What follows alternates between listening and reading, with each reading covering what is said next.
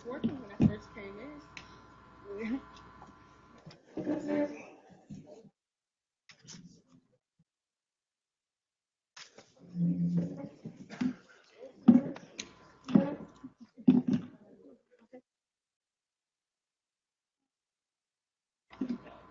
Sometimes it's just hard to connect.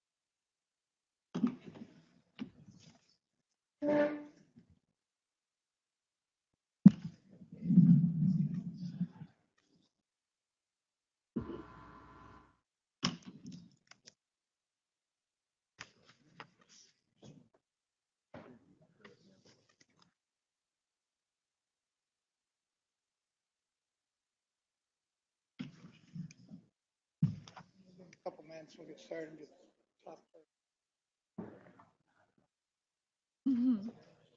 How far out does it get?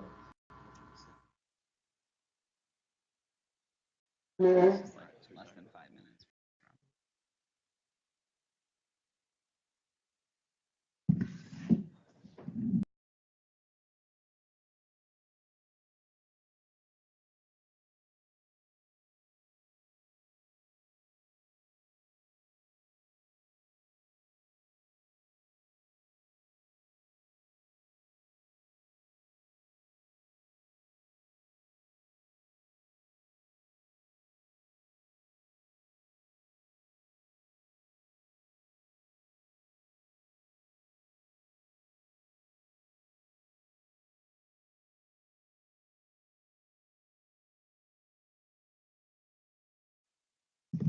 Oh, I see. Thank you. Right, that's fine. Okay.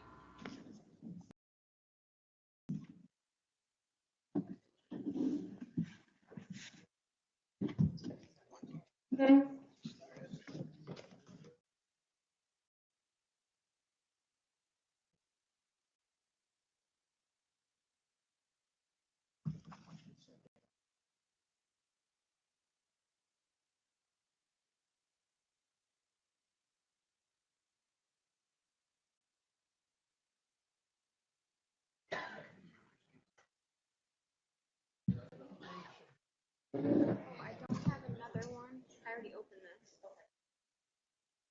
Get rid of this then. I should have. Okay.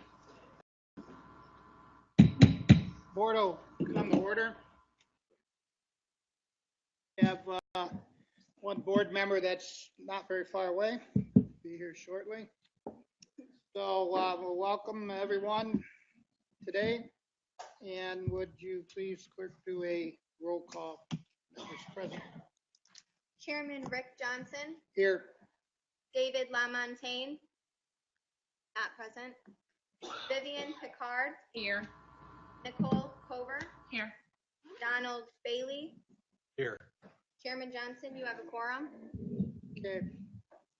Number 3, public comment. I just want to remind the public that wishes to speak later in the meeting that, please be careful as to what you say. Do not pertain to any license application. If you have ideas for us, we're more than helpful and grateful to have you present them to us. So keep that in mind, please. We really don't like gaveling anybody down. Number 4, approval of the agenda. We need a motion. Motion to approve. There is support. Support. It's been moved and supported to approve today's agenda for the August 9th Medical Marijuana Licensing Board. Clerk, please call the roll. Chairman Rick Johnson, Yes. Vivian Picard, Yes. Nicole Cover, Yes. Donald Bailey. Yes. Motion passed. Okay, thank you. Number 5 is approval of the July 12th, 2018 meeting minutes. Have you had time to go through that? If so, I'm open to a motion. Motion to approve. Second. Okay, it's been moved and seconded to approve the minutes of July 12th. Hearing no discussion, clerk call the roll. Chairman Rick Johnson, Yes. Vivian Picard, Yes. Nicole Cover, Yes. Donald Bailey. Yes. Motion passes. Thank you. Number 6, old business. Does anyone have any old business they need to wish to discuss, suggest, or whatever? Hearing none, there is no old business. New business, we are going to pause for a couple minutes. I believe our 5th board member should be walking in at any moment. So anyone needs break or that, now is the time to take it.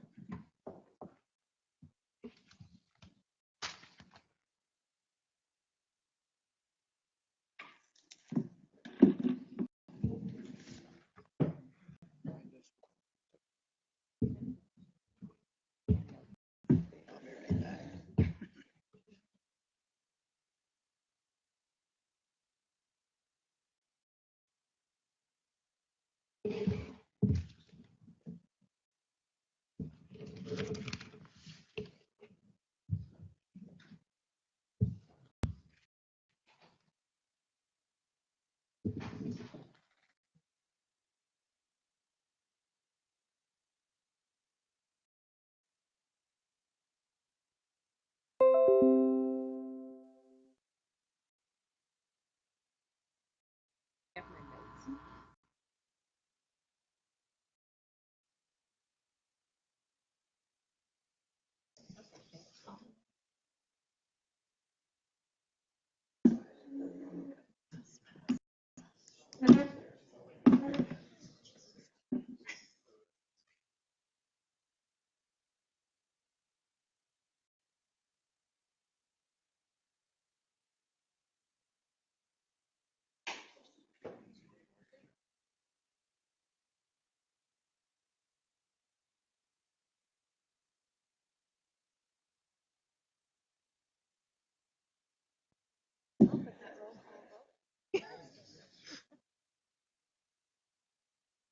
You just rolled with it, right?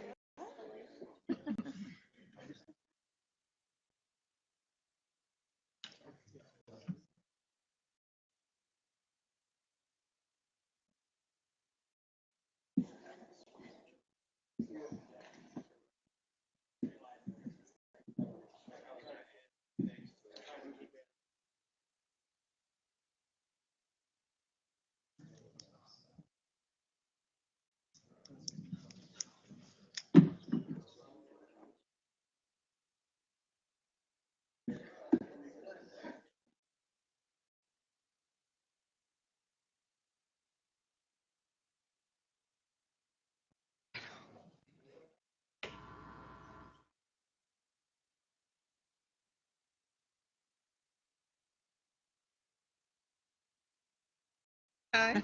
I need glasses because I read so much between the two boards that Oh, I start like I'm on the top line and I'm reading. Which one keeps you the busiest? I have more to read, probably, Okay. but Okay. like on the sheet, so it just So it's easier, you yeah. know. This one I Mhm.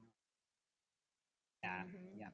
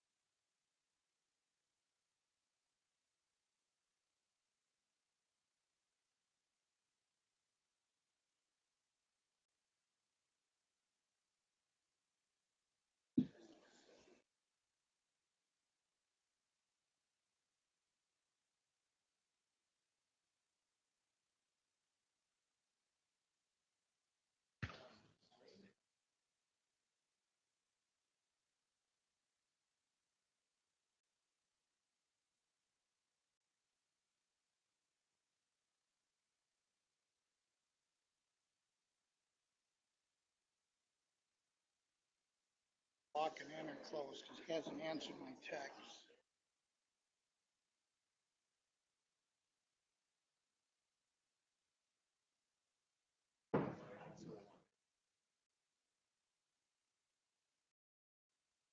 Okay, don't matter to me.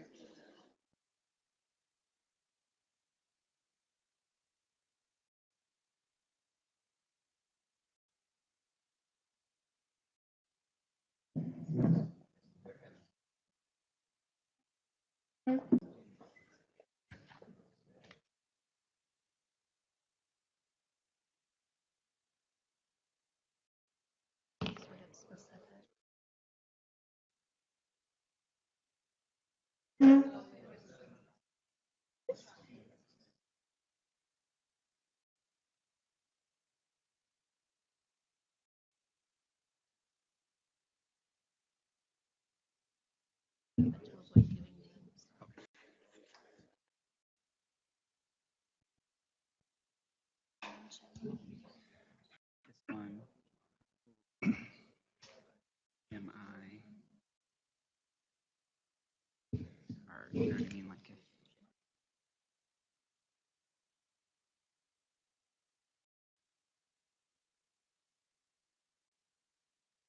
Right. I understand. Thank you. Okay. We're ready for start new business at number 7.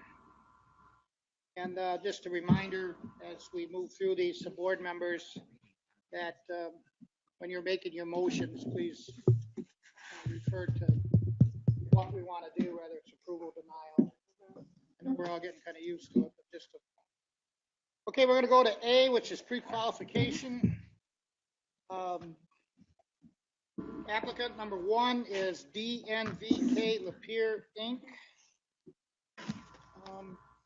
Open for discussion and action by the board. Mr. Chairman, I move that DNVK Lapeer, Inc. has pre-qualification status for a pending application. Second. Okay, it's been moved and supported to pre-qualify DNVK Lapeer, Inc. Discussion by the board. Any questions for Chris? Okay. Clerk, call the roll. David LaMontagne, What? yes or no? Yes. Vivian Picard, Yes. Nicole Cover, Yes. Donald Bailey, Yes. Chairman Rick Johnson. Yes. Chairman Johnson, you have 5 yeses. Motion passes.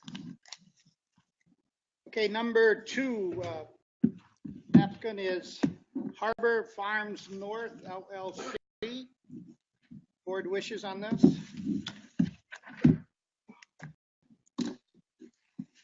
Comments? Mr. Chairman, I would move to deny Harbor Farms North LLC, and we'll make the specifics once we have the discussion as far as the criteria for the denial. I'll second that. Okay, it's been moved and supported to deny number 2, Harbor Farms North. Board discussion.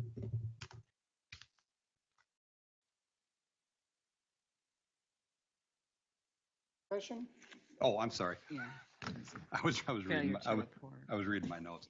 There's a failure to report. It's a marijuana delivery from some time ago. That was not reported.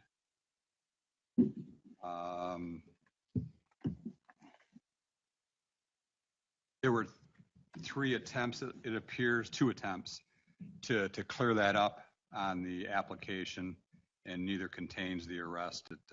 First, it was left blank. And the second time around, when they gave him an opportunity to correct the record, he said no. That was to the applicant KR. As far as the applicant MI,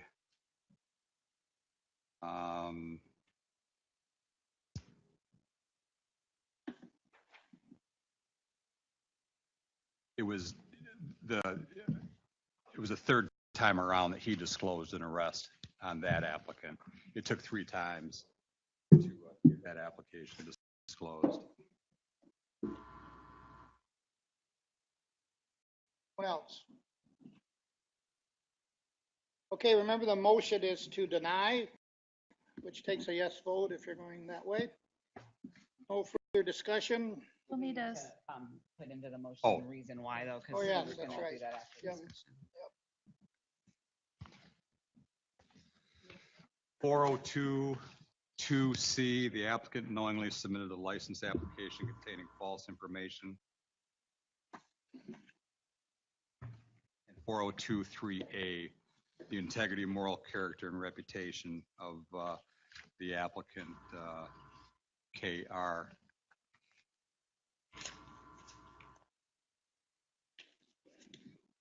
The failure to identify the marijuana delivery arrest. After having an opportunity. So we can detail out the. Get that, Kelly? Yep. Good. All right, go ahead and call the roll. David Lamontagne, Yes. Vivian Picard, Yes. Cole Cover, Yes. Donald Bailey, Yes. Chairman Rick Johnson. Yes. Chairman Johnson, you have 5 yeses. Motion passes.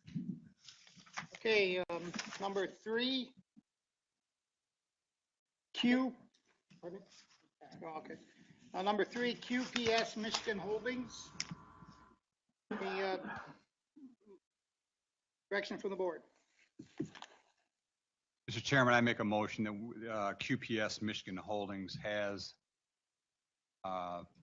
pre-qualification status for a pending application. There's support. Second. There is support.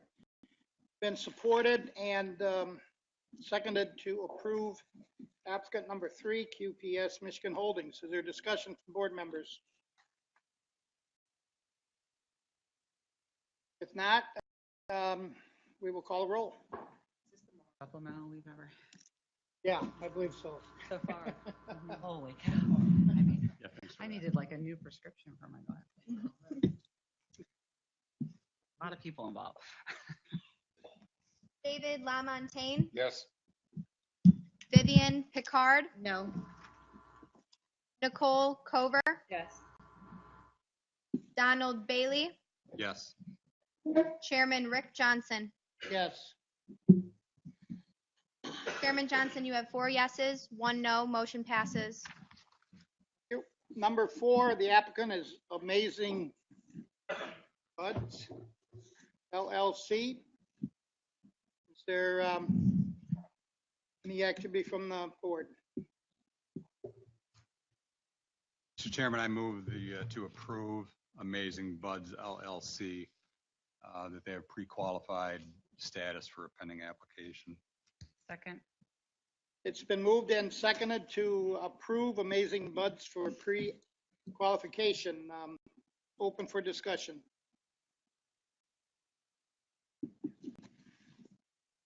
If not, clerk, call roll.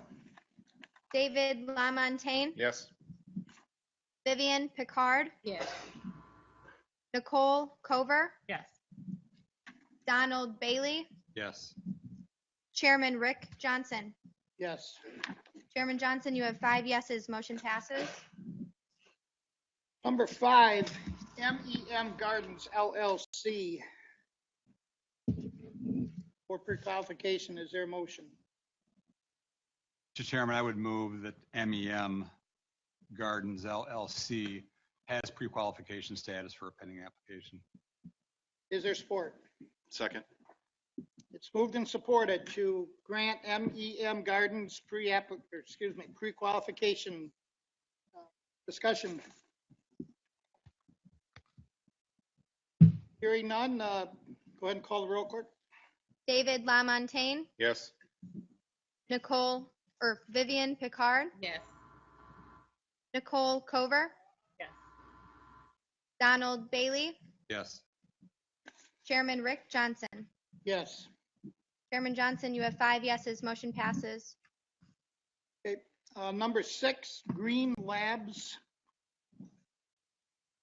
LLC for pre-qualification. Is there a motion?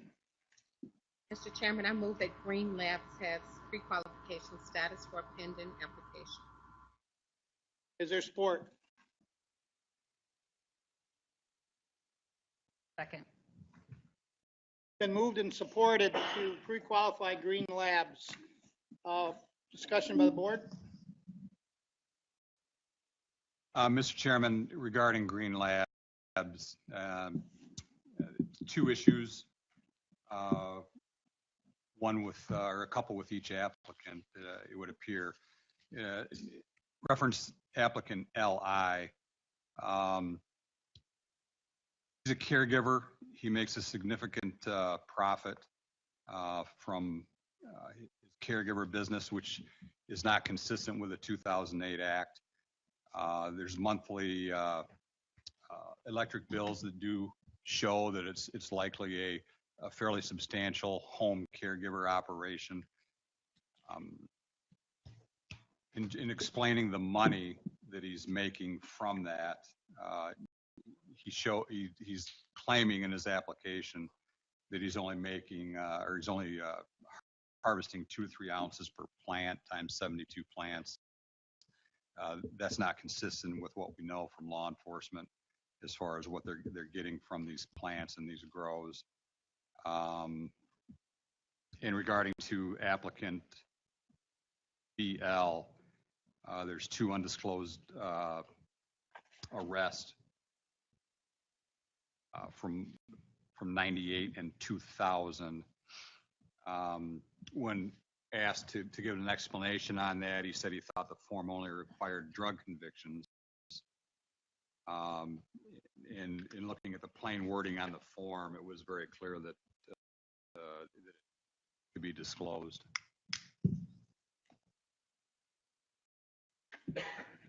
Anything else, anyone? Motion is to approve.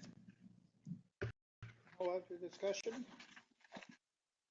Clerk, call the roll. David LaMontagne, Gonna abstain. Vivian Picard, Yes. Nicole Cover, Yes. Donald Bailey, No.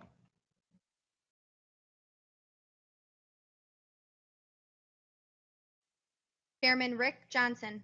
No. Chairman Johnson, you have 2 yeses, 2 nos. Motion fails.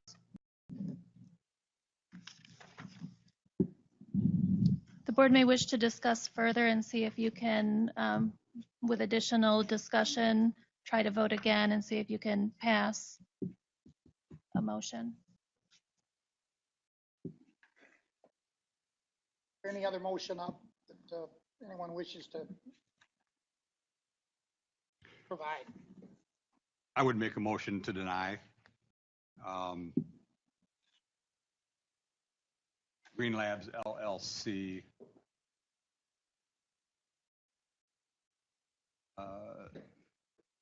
Section 402(2)C, knowingly submitted a license application containing false information. Maybe Chris. Is there somebody from I'll support it if we want to get that done. discussion. Yeah. Okay. Go ahead, Nicole. So for discussion purposes, we look at when they're filling out the application and they say, I didn't think that needed to be disclosed. Can we create some sort of consistency? Because I do think that they're interpreting it as it relates to what they're going to do if it's domestic violence or if it's a moving traffic violation without being under the influence. I think we've had that come up in the past. So I would just encourage us to be consistent in however we approach that. I think if we can establish that early on as we're doing pre-qualification, it's going to be much easier to move forward. I'm not as concerned about a non-drug arrest, but that is, I just want to make sure that we're consistent with that because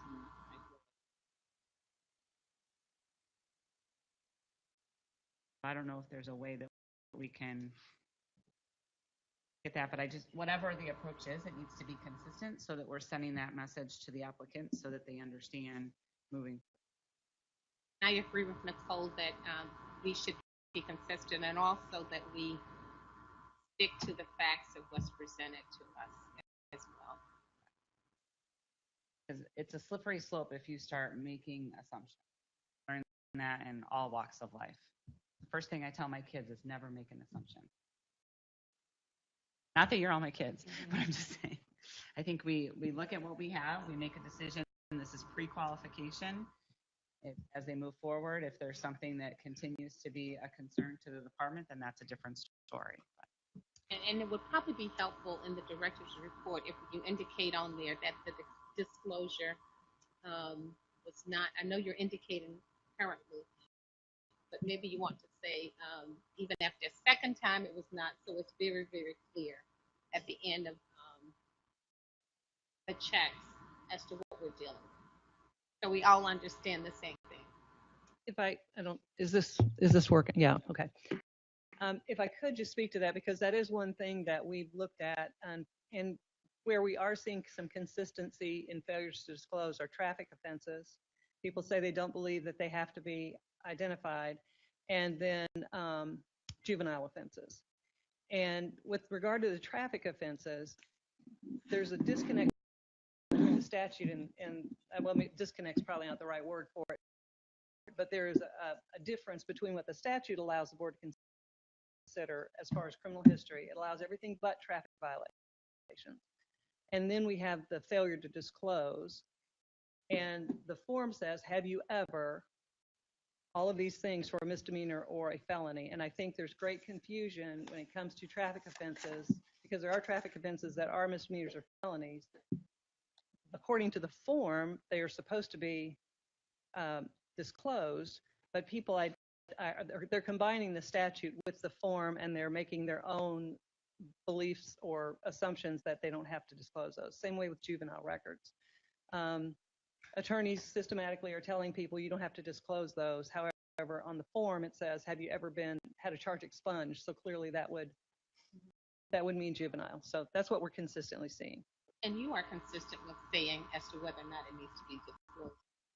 I appreciate that, but I think it would be helpful to us to just be very clear to say after the second request it still was not disclosed, or it was clearly not disclosed. So we're all on the same page. Right, especially if we're going back to the applicant saying, okay, we have a different story. And because if you give them an opportunity and they correct it, then I don't think we can hold that against them. But if it's been 2, 3, 4 times and we're getting it back and they're still saying no, then especially if the reason for not disclosing it is a real legitimate reason. But maybe there's well, on the application I think it is pretty clear, but maybe it should be bold or something, I don't know. But if everyone can help us get the message out that these disclosures are really, really important. And I think we continue to say that at each one of our board meetings, that we need to really get the message out, that disclosing anything is very important. You're not going to be penalized for as much for disclosing it as it is for not. It will come up. Even I think if you were 3 or 4 and did it, so. More discussion. In the present case that we're talking about in regarding the applicant BL, it was not a traffic offense that no, it wasn't. Right, Not on that right. It wasn't talked about, even though we've been talking about that right now. one. Domestic violence. And that, when I read the question, it's pretty serious business to be filling out this application if you're trying to get in this business. So you need to be very careful whether it's an attorney doing it for you or you're filling it out yourself. They do sign an attestation that information is true and correct. It is the applicant's responsibility at the end of the day. And that question is pretty clear. Convicted of any felony or misdemeanor, any jurisdiction, and all those were checked no.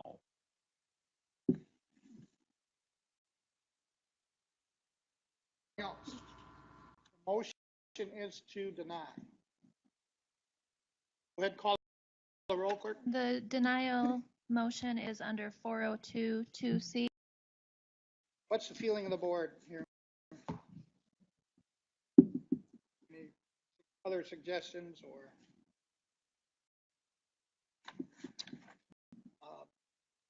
you have a failure to disclose, kind of what we just talked about in that area. So, I would suggest we move to the next one. Need to make a decision.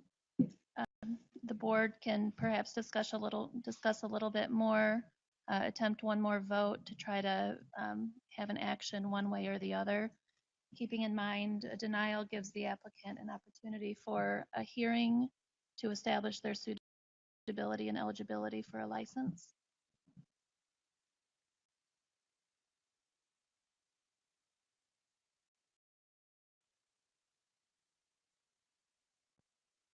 we need a motion then. Try another vote, we need a motion. Mr. Chairman, I move that Green Labs has pre-qualification status for pending application. Their support. Yes. Moved and supported to approve Green Labs for pre-qualification. Discussion. So in this failure to disclose, which I think was domestic violence, so there was no, applicant never came back. This was just what we found. I just want to make sure we're clear. We always ask the applicant to explain why there's a non-disclosure, and there was an explanation in the materials that I can pull Can you up. read that? Yeah. Sorry, there's a lot of material. I didn't specify. And I don't have to.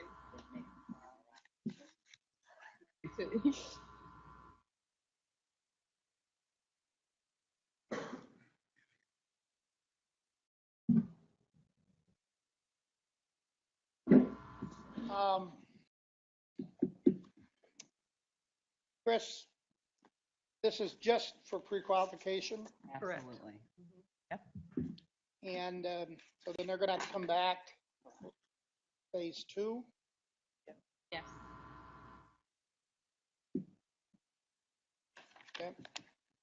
Any other comments, questions? The response,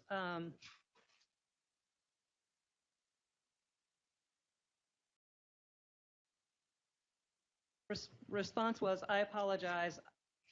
And this was under the question was asked about the individual who had the non-disclosure. It was asked to the person managing the file, the other applicant, and that's the other applicant is answering this question. And he says, I apologize. I was under the impression that the disclosure was only related to felonies or marijuana-related offenses.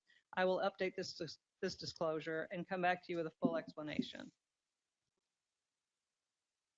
And I think that goes to kind of the process of how we're getting through background investigations is if somebody wants to know what I did or said, they need to ask me what I did or said.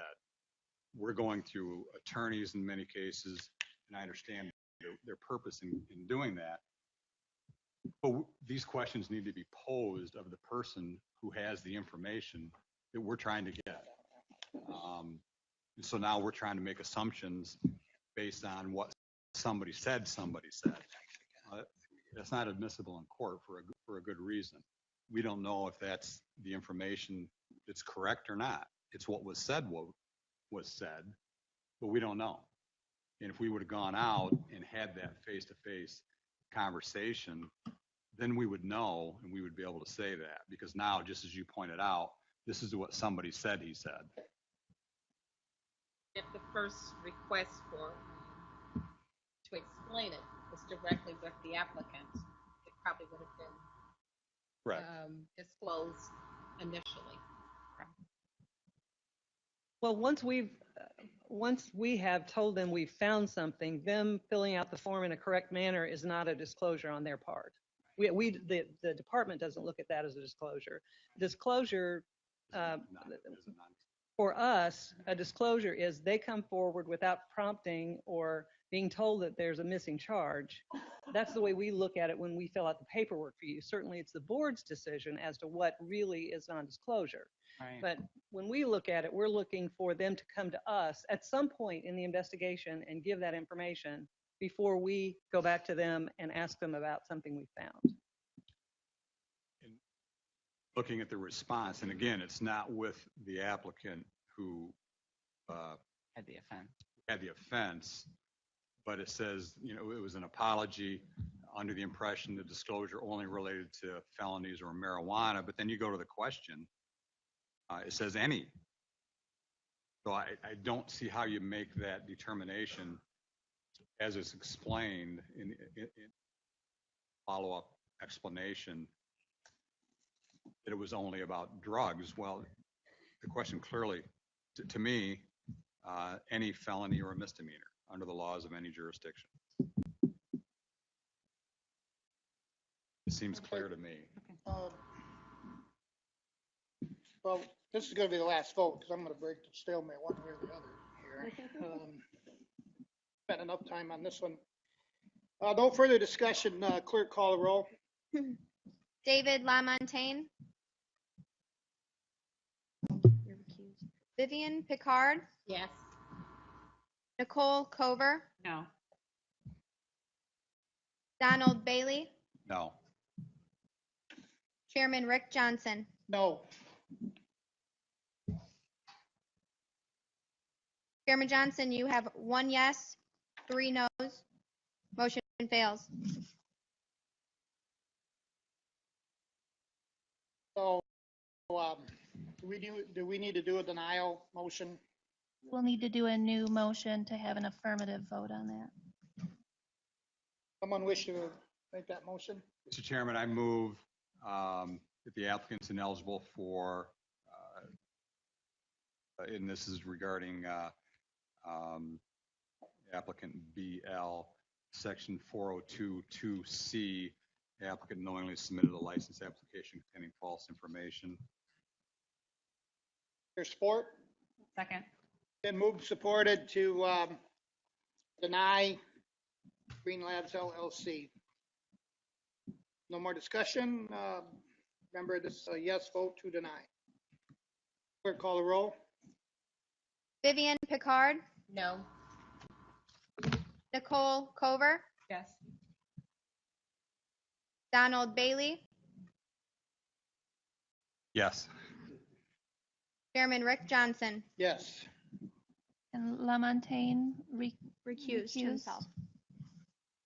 Okay, number 7, Ann Arbor Provisioning Center.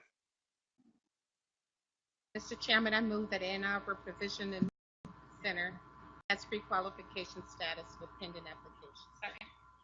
Been moved and supported to pre-qualify Ann Arbor Provisioning Center LLC. Any board discussion here? Hearing none, clerk, call the roll. David LaMontagne. No. Vivian Picard. Yes. Nicole Cover. Yes. Donald Bailey. No. Chairman Rick Johnson. Yes. Chairman Johnson, you have 3 yeses, 2 noes. Motion passes.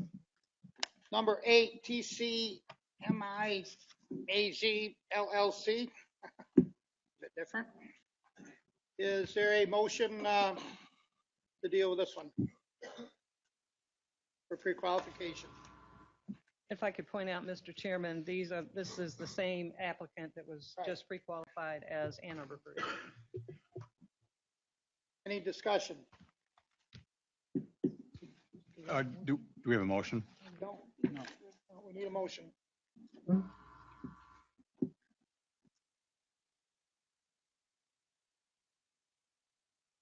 Something up they did discuss it.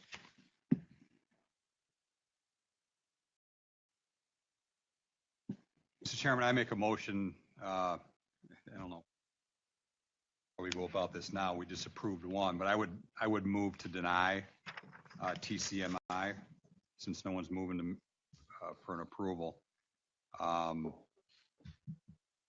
Under 402,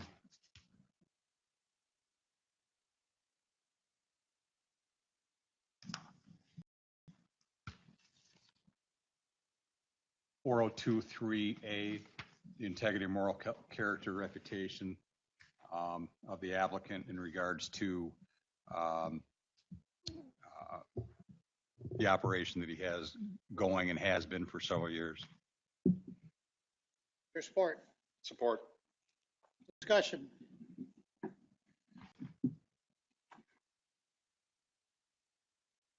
Discussion? Oh, I'm sorry, Mr. Chairman.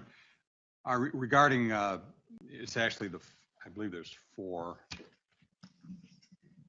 licenses. My comments are the same on all of them, because they're all related. This is a provisioning center that has been operating. Showed in 2017 a net profit of over $1 million. Showed gross sales of $4.5 million. And as I have pointed out, as some others have pointed out, a CPA from the industry, there's tax evasion, there's money laundering, sales tax hasn't been paid. In 2017, based on the numbers provided in the application, there's $280,000 in sales tax that was not collected, because none of that was being collected. Obviously, at that point, they were stepping way outside the bounds of the 2008 law. There's certainly discussion on whether somebody can recoup their money for their time in this business. The law looks clear when you read it plainly from 2008 that you can't make a profit. And another question becomes, can you recover costs for your time? There's discussion both sides on that, in the Redden case and in an opinion that was a concurring opinion that was addressed. I just think for all those businesses getting into the business now, they're at a distinct disadvantage by us approving and allowing something that's been illegal under the 2008 law to get into the 2016 Act. Can I clarify for the record? I believe Ann Arbor Provisioning is the provisioning center, and that has been approved, correct? Right. The motion on the floor is for the grower class C. Right. So there's no sales tax for grower class C. They're not temporarily operating. Right. Yeah. You're right. Just want to make sure everybody's clear on which one we're on. Right. Chairman Johnson got ahead of me on the last one before I could speak up. But That would be my objection on this package of licenses. But I still think we need to stick to the facts of what's presented to us. And secondly, if there was something illegally that was going on, hopefully when the law enforcement team reviewed the application, hopefully if they realized that there was something inappropriate, that they would submit it to the appropriate authority. The state I don't think we can make a lot of assumptions. Again, if they were doing something illegally based on the 2008 law, then I don't think that's our responsibility to do anything. I think that's, if the law enforcement team looked at it and if they saw something that was illegal, then hopefully they will present it or has presented it to the authority. And that's another part of the problem. The money that goes into these other three licenses was loaned from the provisioning center. And so all that money is money really from a continuing criminal enterprises to fund the capitalization on these other licenses. But still, if it's truly a criminal enterprise, I don't think that's our decision. That's the decision of the appropriate authorities to make that decision, to say that it was a criminal enterprise. Right.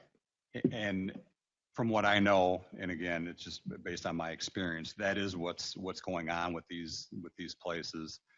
And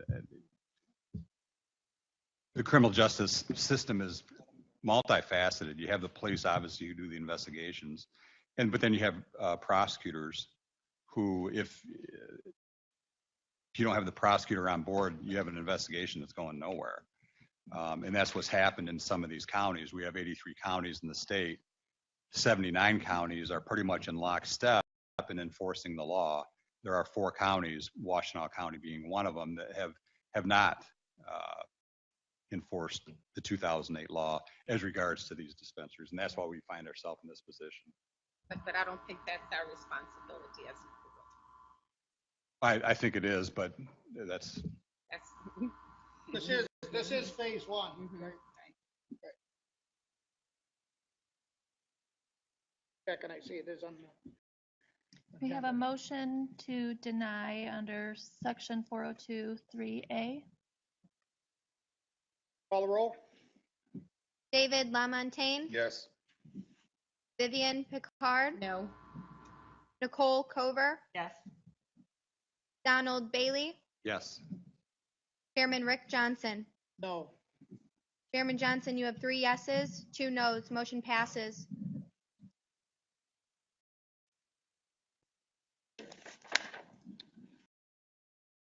Okay, next one is TCMI Manufacturing. Excuse me. Is that right? Yeah, I got the wrong one.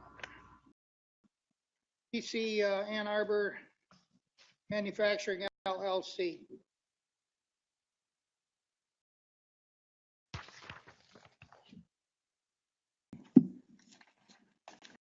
Chairman Johnson, I would make a motion to deny based on the same facts that we had just talked about for TCMI Ag. Support. Moved and supported to deny TMI Manufacturing. Discussion. Everyone's clear, this is for processing.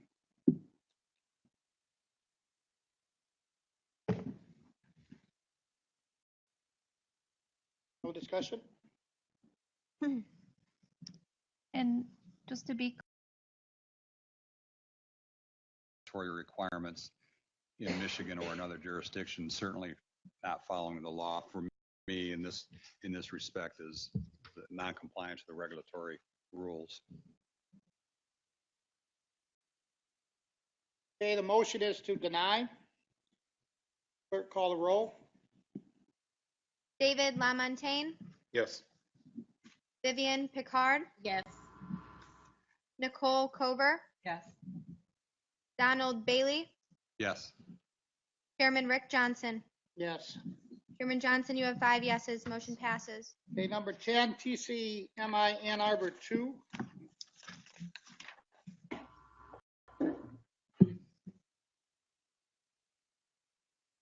For a non-operating provisioning center.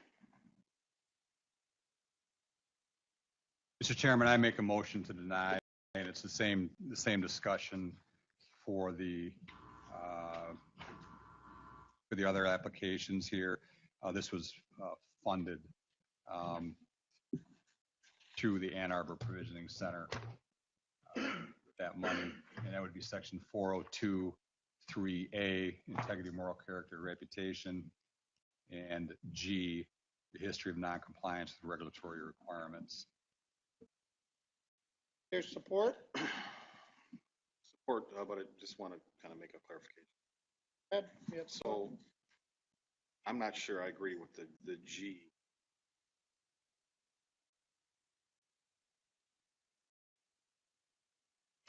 I think everybody's I probably, think G is for, correct me if I'm wrong, more like current standards. If somebody went there, if we offered a cease and desist and they didn't follow, or I don't know well, that we yeah, can I just think it's clear that what Mr. Bailey's position is on Right.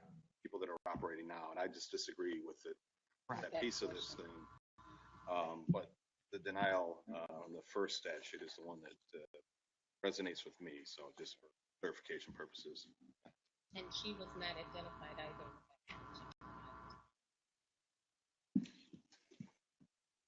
Sorry, what was that? She was not Oh, G. identified as Letter issue G. in the background check.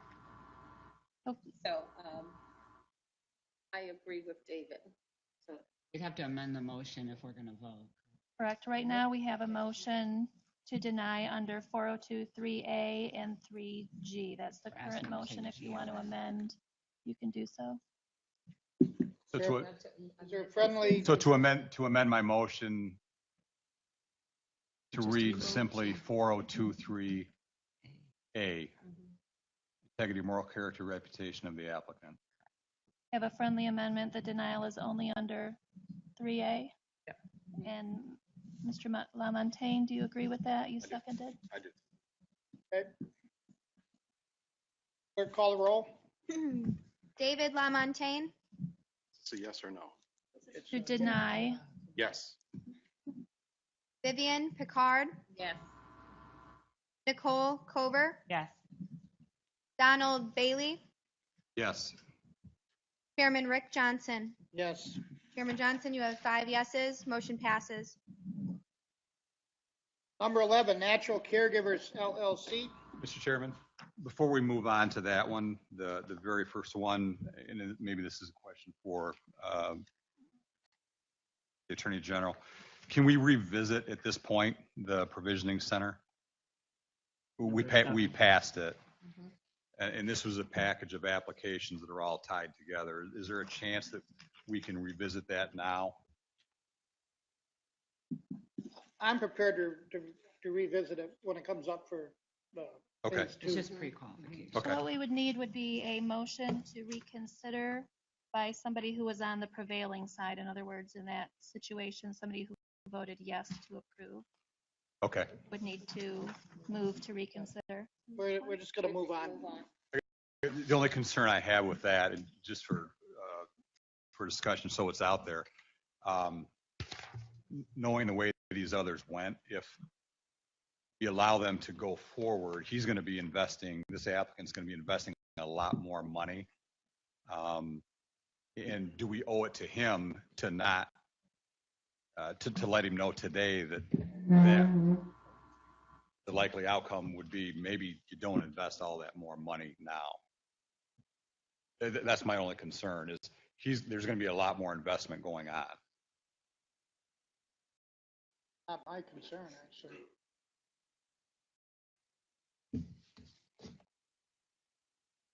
That's what I look at it. Wrong. Oh, yeah, I just throw that out there because you hate to put them in a position where they're continue to invest, knowing what's happened with the other applications.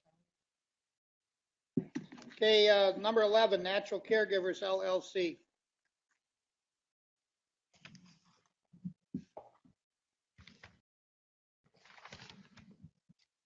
Direction from the board. Mr. Chairman, I move that Natural Caregivers has pre-qualification status for a pending application. Second. Been moved and supported to approve Natural Caregivers. Discussion? Mr. Chairman, this also falls back into a number of undisclosed arrests regarding applicant TS. There was another delivery of marijuana from 2013. Not arrested. It was not disclosed. I'm sorry, it was not disclosed on the first application. That was before it was the form was before and after the form was changed.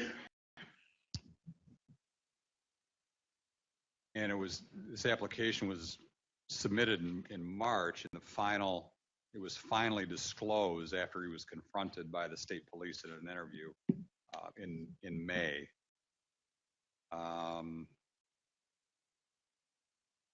We continue to get a lot of information back, and this is regarding financials on the same applicant, TS. It just don't make sense. When we talk about there was a particular deposit, and the LARA analyst asked for the question, what was the source of that deposit? And instead of answering that question, which is a pretty simple question, the applicant responds on what he spent the money on. I think he's trying to get around what is actually going on here, which is common in a business that wasn't legal at this time. Motion is to approve. Any more discussion? Can I clarify on the marijuana charge? That was disclosed. There was another non-disclosure, but the marijuana charge was disclosed. Did I write that down wrong? We have a disorderly person I have it too. in 99 and in 97, a receiving and concealing stolen property that wasn't initially disclosed, but the marijuana charge was disclosed. I just Okay. wanted to be clear on the record. Thank you. Okay, any other discussion? Motion is to approve. Call the roll? David Lamontagne, No. Vivian Picard, Yes. Nicole Cover, Yes. Donald Bailey, No. Chairman Rick Johnson. No. Chairman Johnson, you have 2 yeses, 3 nos. Motion fails. Okay, we need a motion to deal with this.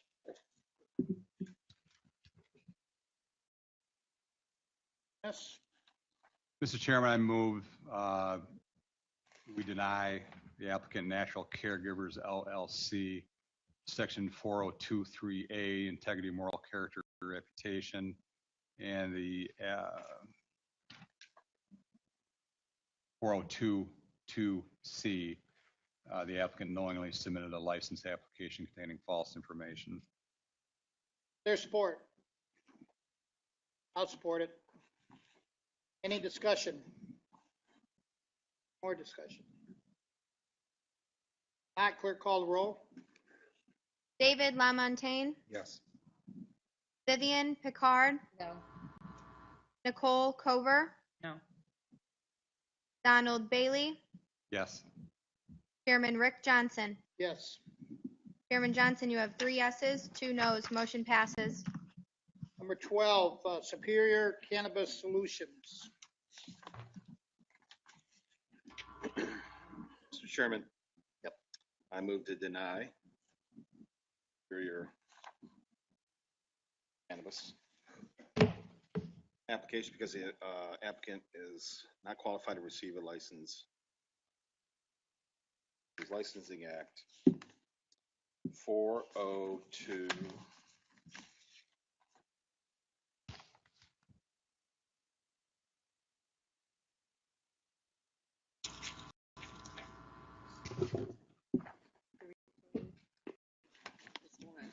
Sorry?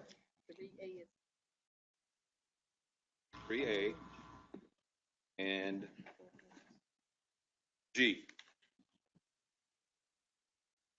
Second.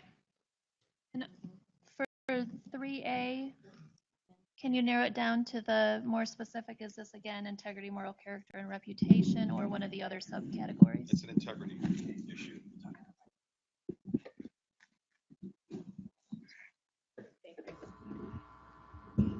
Okay, any more discussion? Yes. The motion is to deny. Mr. Chairman, for the sake of the record, I think we probably do need to talk about it a little bit. This is a temporary operator without local attestation, operating defiantly. The police, and maybe it was Laura, issued a cease and desist. And so they closed the operation and moved it simply to another location and changed the name. They continued to operate again.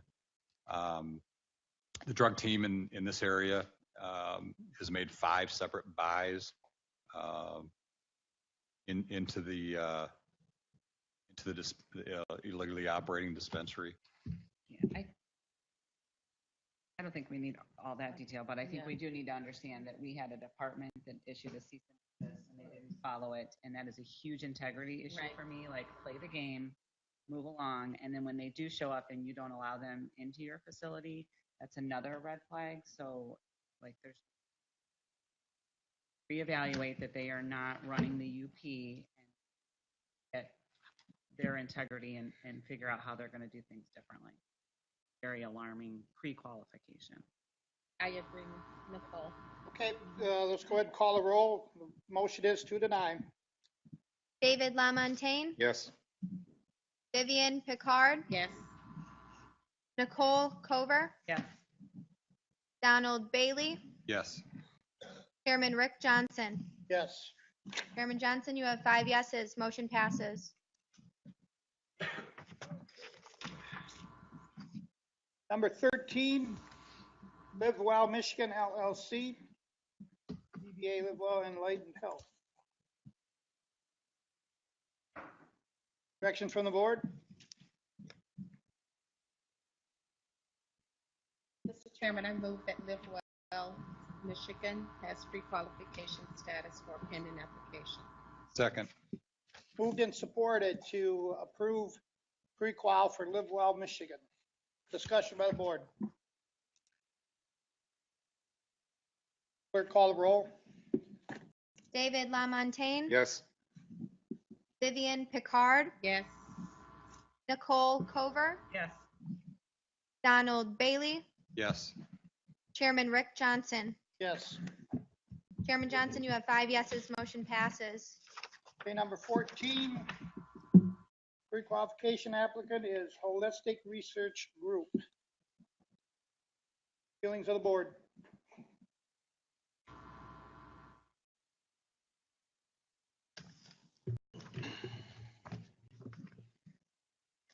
Mr. Chairman, I would move to deny Holistic Research Group Incorporated regarding an application, an applicant JB number 402-2C. The applicant knowingly submitted a license application containing false information. Support. Okay, it's moved and supported to deny applicant Holistic Research Group. Discussion. Mr. Chairman, this is regarding another arrest, and Chrissy's hopefully got the file up because these are my notes, but this is another a PWID, possession with intent to deliver marijuana arrest that was undisclosed. Based off of that charge, there were half a dozen probation violations. There was another arrest by the DEA in 2011. That was a possession with intent to deliver a marijuana case. Any more discussion? Not, the motion is to deny. Get the number. And that's under 402-2C. Okay. Clerk, call the roll. David Lamontagne, Yes. Vivian Picard, Yes. Nicole Cover, Yes. Donald Bailey, Yes. Chairman Rick Johnson. Yes. Chairman Johnson, you have 5 yeses. Motion passes. Okay, number 15, Great Lakes Natural Remedies.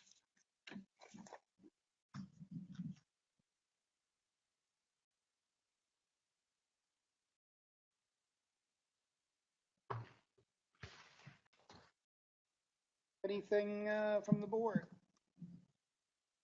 Mr. Chairman, I move that Great Lakes Natural Remedies has pre-qualification status for a pending application. Is there support?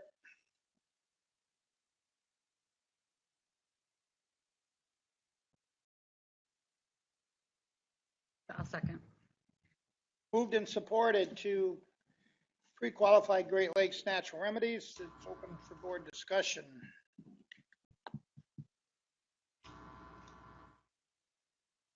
Board discussion. Clerk, call the roll. Is to pre-qualify. David Lamontagne, Yes. Vivian Picard, Yes. Nicole Cover, Yes. Donald Bailey, No. Chairman Rick Johnson. No. Chairman Johnson, you have 3 yeses, 2 noes. Motion passes. Okay, we are on to B, complete applications. Number 1, BB Chesaning LLC for a processor license. Is that right? Correct. Feelings of the board? This applicant was pre-qualified in July of this year. So we would need a motion, either grant or deny the application. The operating license? Oh, no, That's correct, for the operating for license. the operating license. Or processing license.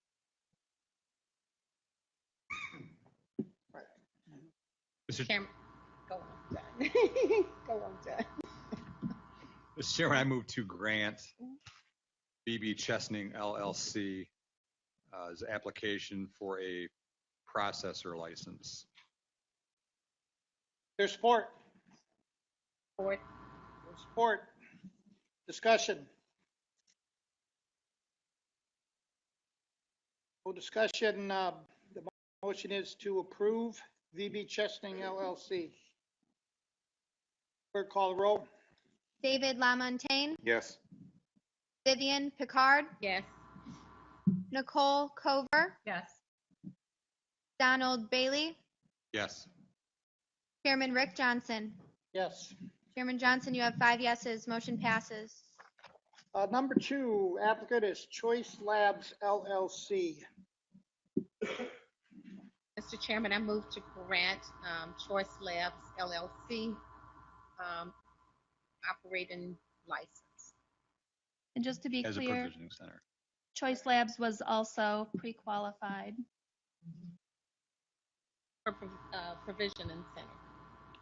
Support. Moved and supported to approve Choice Labs license, phase 2. Any discussion?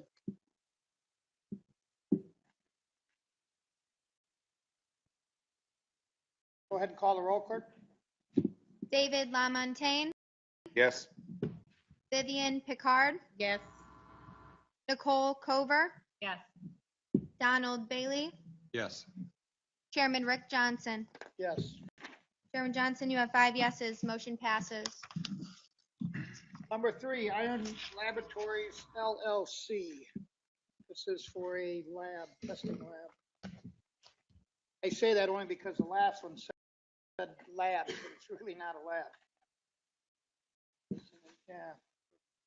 Chairman, I'll move to grant Iron Laboratory LLC's application for a safety compliance facility license. Is there support? And just to be clear, this applicant has not yet been considered for pre-qualification. So a motion to grant the application also gives the applicant pre-qualification status. There's support for the motion. I'll support it. Get the discussion here. Discussion by the board on this? Mr. Chairman, I do have one question. It's probably, or a couple questions are probably for the application section. In the technology plan for the facility license app,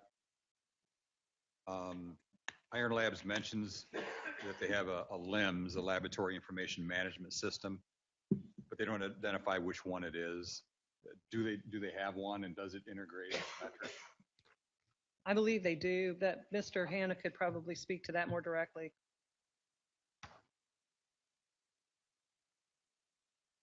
I understand that based off the knowledge that we have, that they're working to integrate with a third-party integrator. But whether or not that specific system does at this time is unknown. We're still checking with that.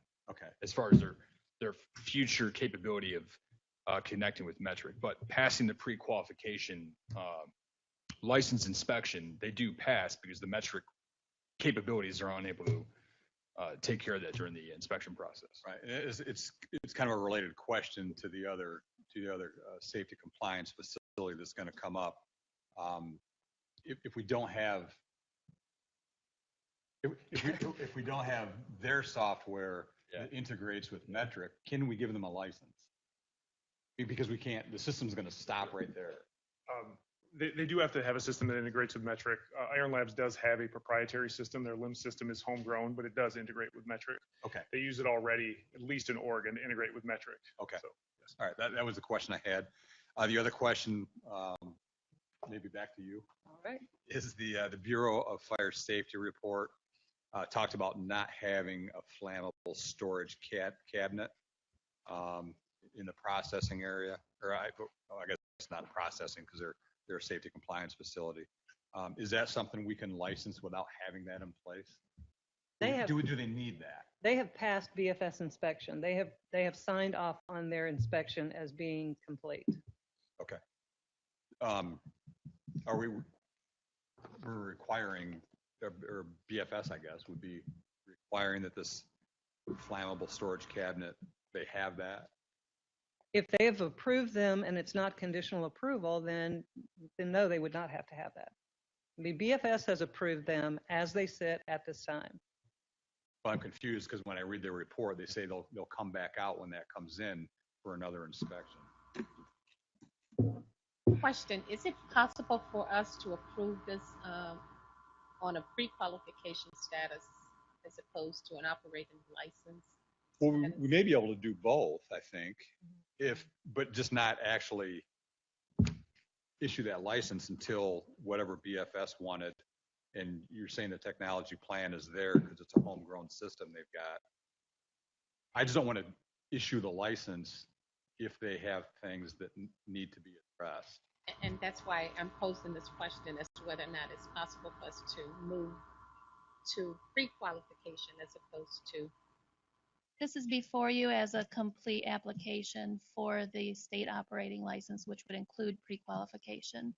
But what you have before you is for the entire approval for the facility license. And if I can read from BFS report, it does say that they will come back out when they get the flammable storage cabinet. However, it says a fire safety inspection was completed on this date. Deficiencies noted in our last inspection have been satisfactorily corrected. So It sounded like it was a condition that they then did. But it's not done yet. Yeah. So that's my confusion in reading that report when I read it.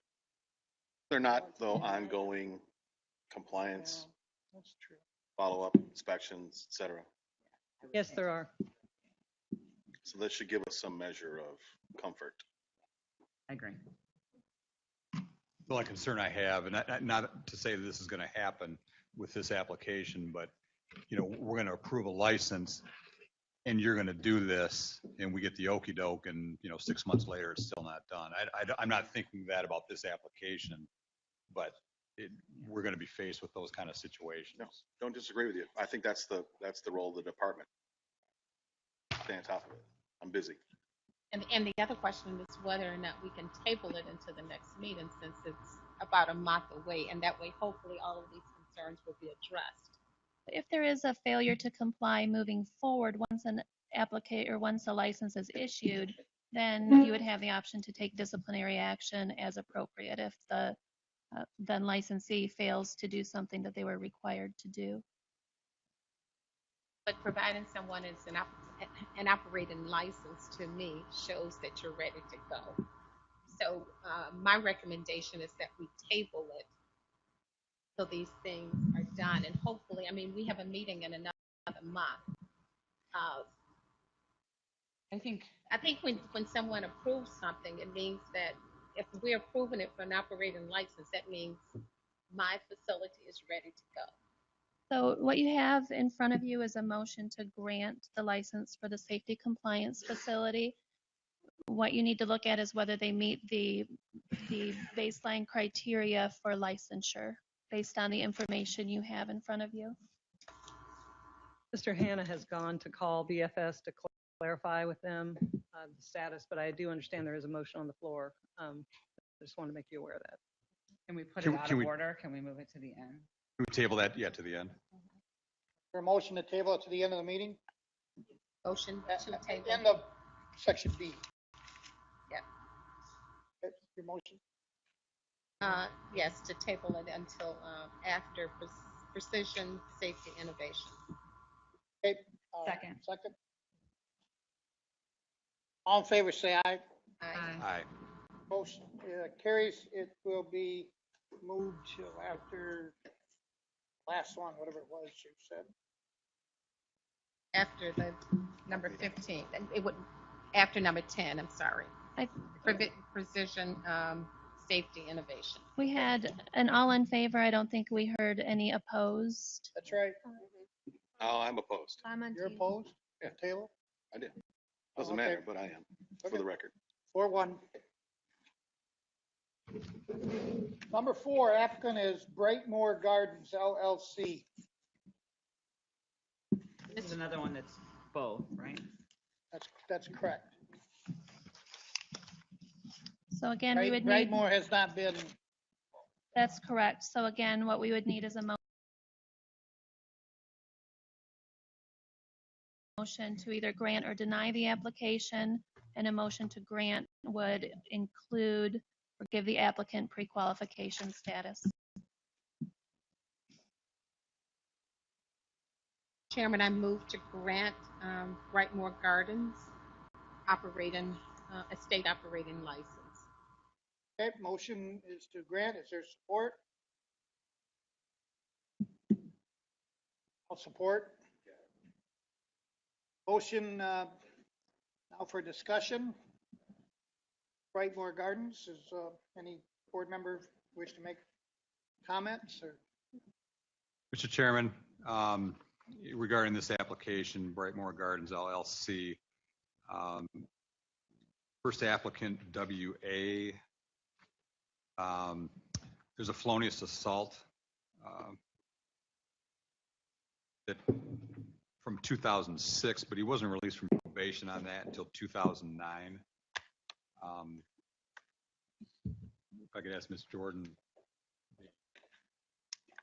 statutory limits on these crimes when they're released, when they're charged, or when they're released from incarceration, or in this case probation, that would be timeliness of it. Would be the conviction date. The conviction date. So that's that was January of 7, if we're using the conviction date. That would be over. Right. Yep. It's the same applicant. There was a domestic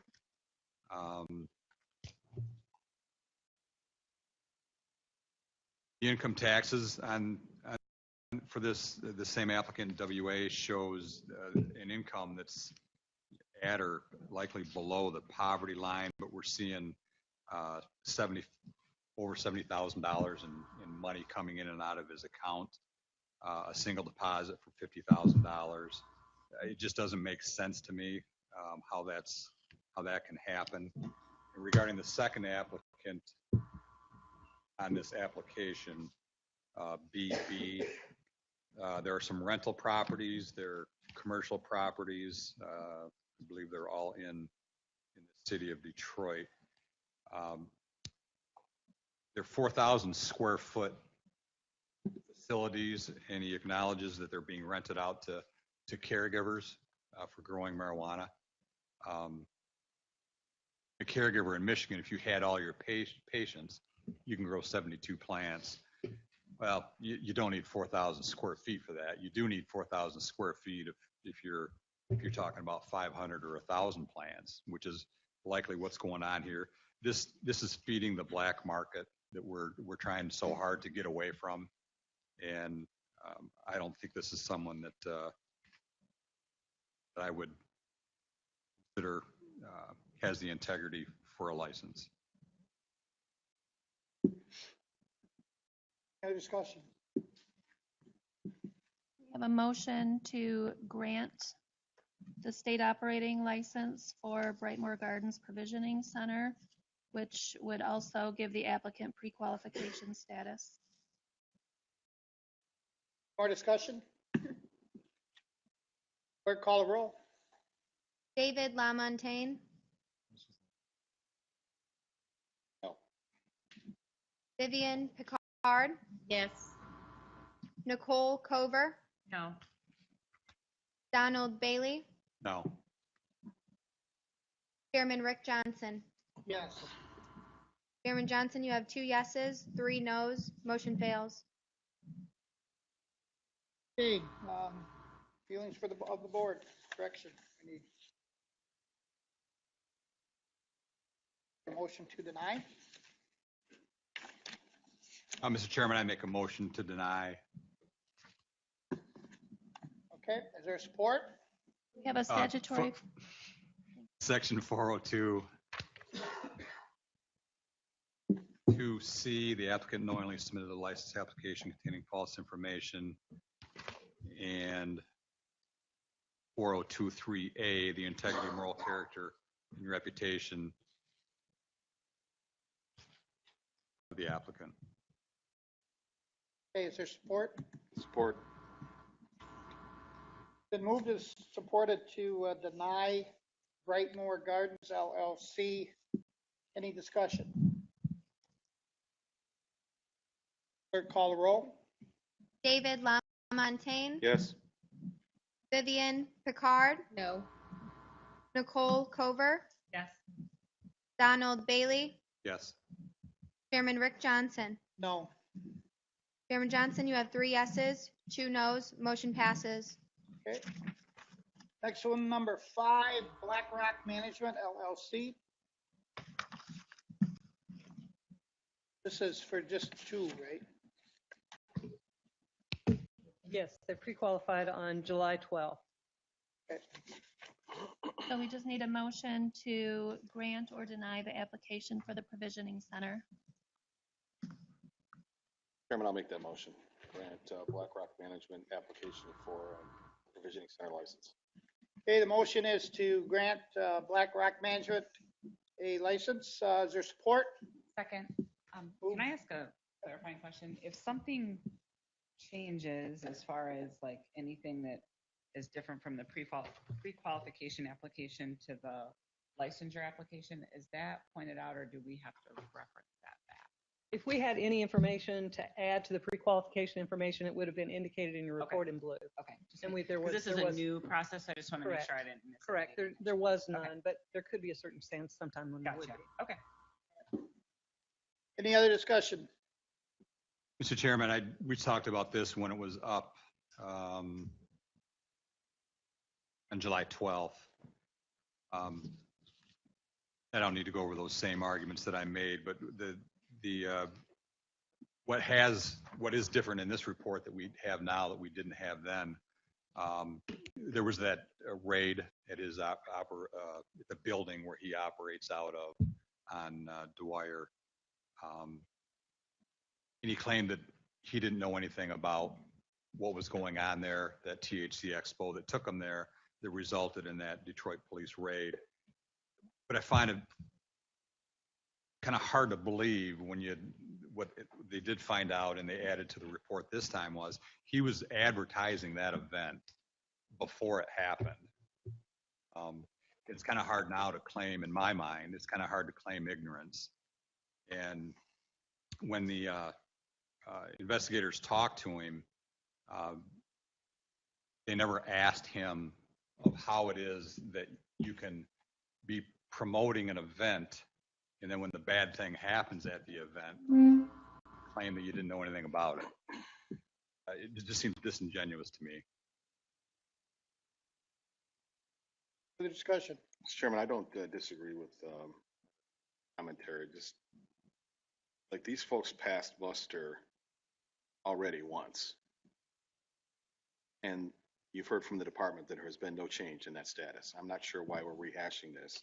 It kind of defeats the entire purpose of the pre-qualification process if we're going to then redeliberate something after they've already done, process and gone through this onerous, situation here. So it's of some concern to me.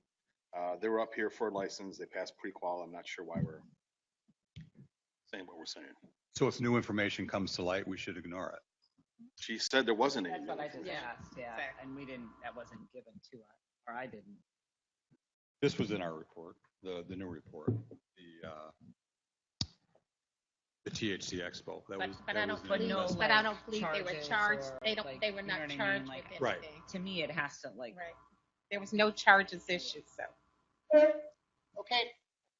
Clerk, call the roll. David LaMontagne, Yes. Vivian Picard, Yes.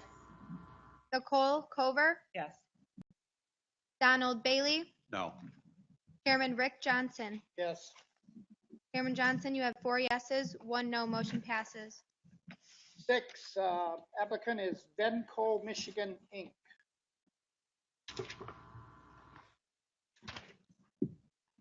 Wishes of the board. Oh, I'm sorry. Mr. Chairman, I move to grant Venco Inc., Venco Michigan Inc., state operating license and pre-qualification status. Is there support? Second. There's moved and supported to grant license and pre-qualifications to Venco Michigan Inc. Any discussion? Clerk, call the roll. David LaMontagne, No. Vivian Picard, Yes. Nicole Cover, Yes. Donald Bailey, Yes. Chairman Rick Johnson. Yes. Chairman Johnson, you have 4 yeses, 1 no. Motion passes. Okay, number 7, the applicant is Green Skies Far West LLC. Feeling of the board. Mr. Chairman, I would vote to deny an application for, and actually, I think we have three applications here that are all related. We'll deal with them separately in motions, but there's 3 to talk about all at once here. It's the same information, and I would make a motion to deny. There's support. We have the statutory provision. 402.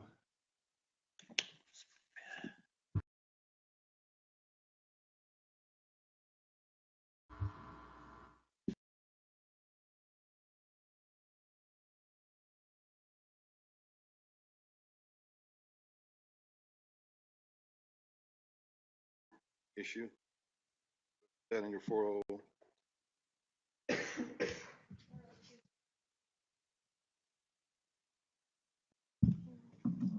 So the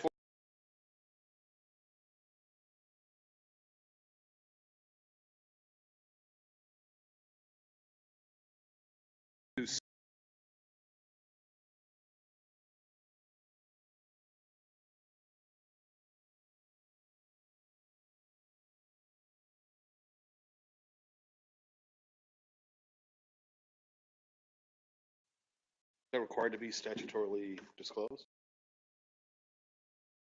There was Say a- it in there that it wasn't. There was an accident, and as a result of the accident, there was a traffic offense.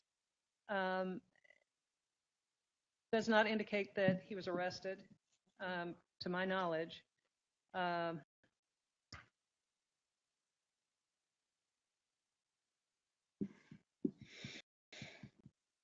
Any other discussion? They called it an ordinance violation. So I don't, Could be a misdemeanor or Yeah, a it's- civil infraction, either one. But it wasn't stated in there. correct, it was not. Didn't we just decide a little while ago that we weren't going to go that route? Based on assumptions, yes. Any other? I seconded for discussion, just. clarify. And, Right. Well, And David, I concur with you. I don't recall any disclosure issues. It might not be able to be used for amended or removed. I wanted a second for discussion. Right. For clarification, so I can remove my second. Is there another support? Or 4023A. Just to be clear, Can we Ms. get a- we Cover, need a- you're withdrawing your second? Yep. Correct.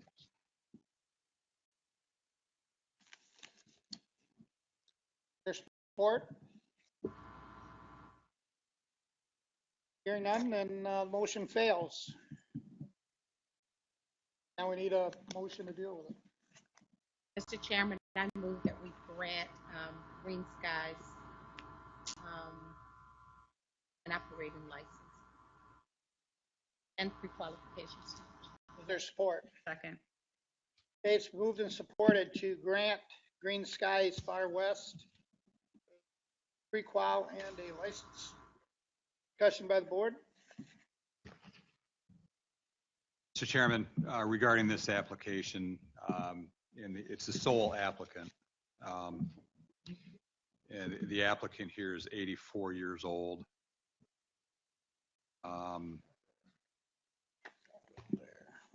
My concern is we're starting to get into the areas in some of these where we may be looking at shadow owners, straw man owners.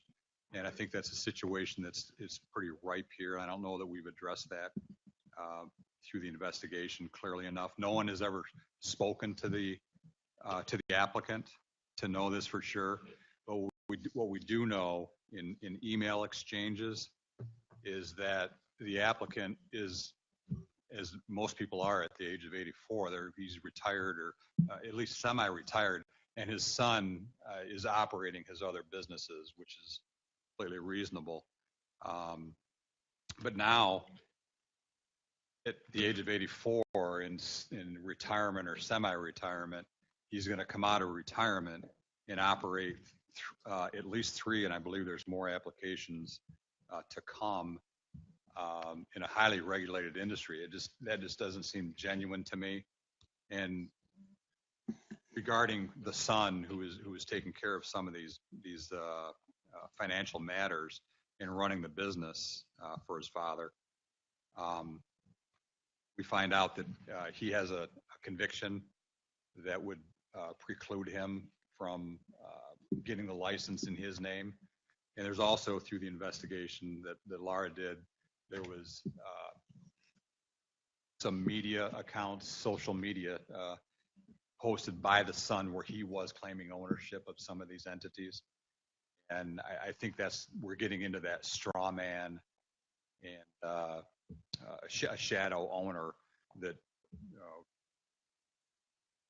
careful of, and we need to try to prevent when we can, when we see it.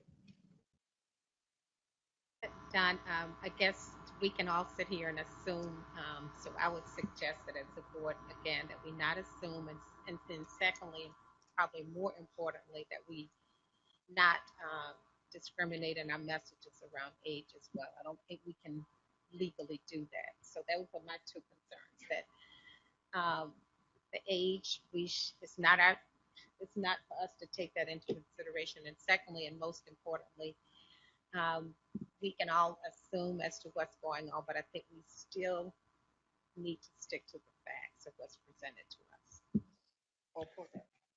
I think much of this is judgment, and I think we should exercise our judgment in these things. So I agree with you to a point. And as an 84-year-old, he could have as much vitality as a 40-year-old. We don't know that. We never talked to him. So and of course we didn't talk to him, but nobody from Laura sat down and talked to him. And maybe they would have found that out. We don't know. But if we just look at all applicants, and this is probably for the department or the office, so we approve both a pre-qualification and a state operating license, and something changes that was presented to this board for those to be approved, of course, would be they come back before us, potential disciplinary, probation, suspension, revocation, correct? They go through that process? Yes, that's absolutely correct. Once an applicant is licensed, then there are regular inspections that they'll be in and out.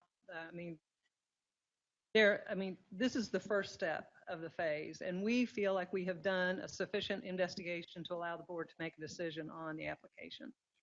Hey, clerk, call the roll. David LaMontagne, Motion? To approve? Yes. Vivian Picard, Yes. Nicole Cover, Yes.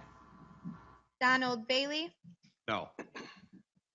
Chairman Rick Johnson. Yes.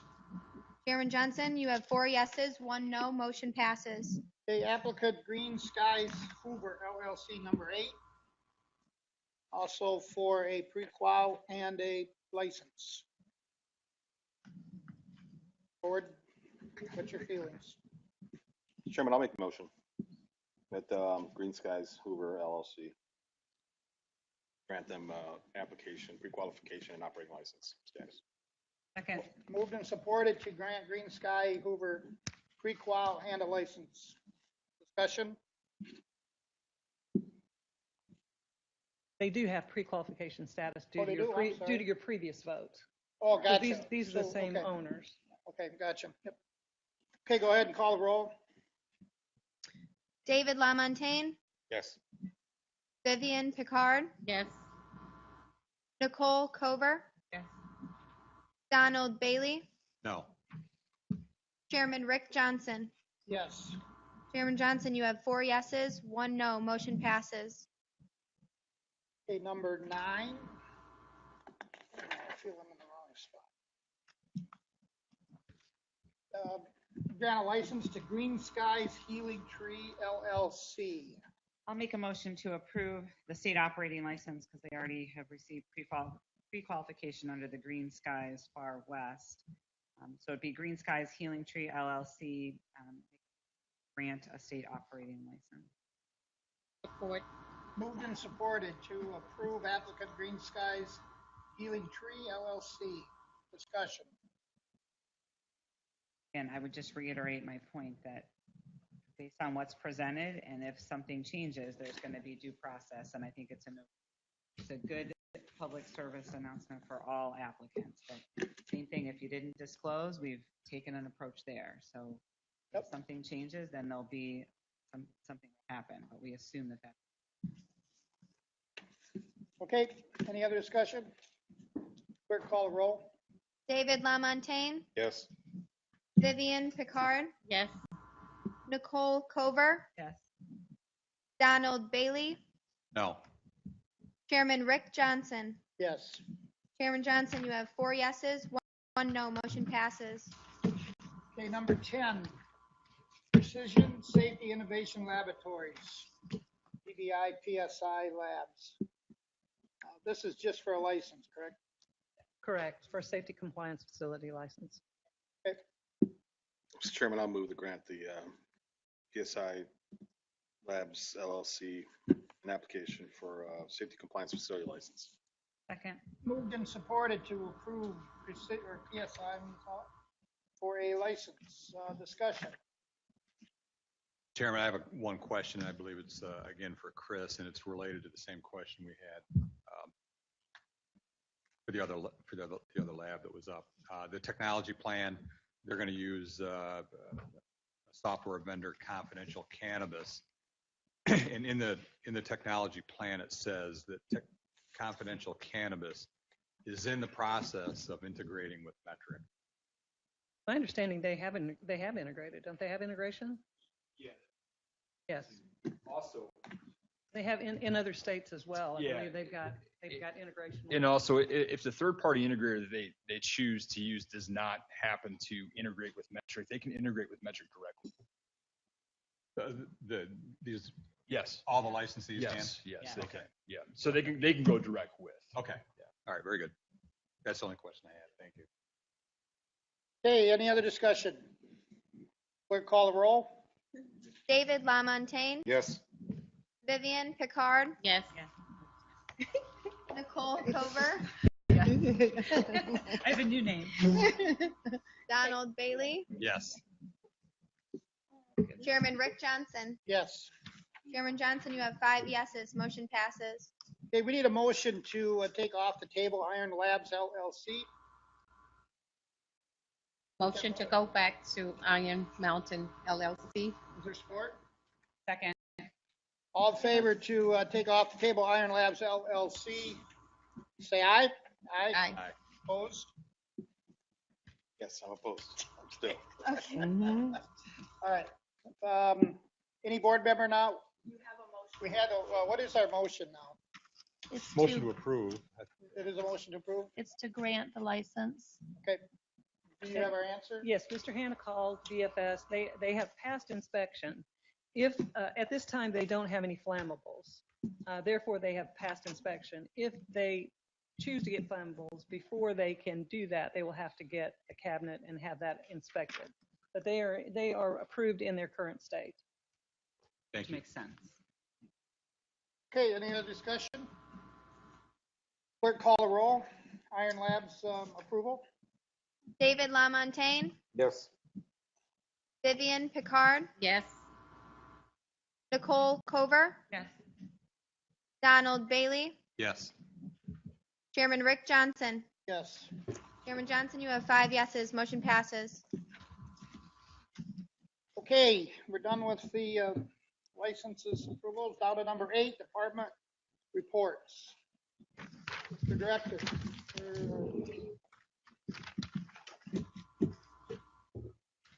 And we don't have a director. He's coming.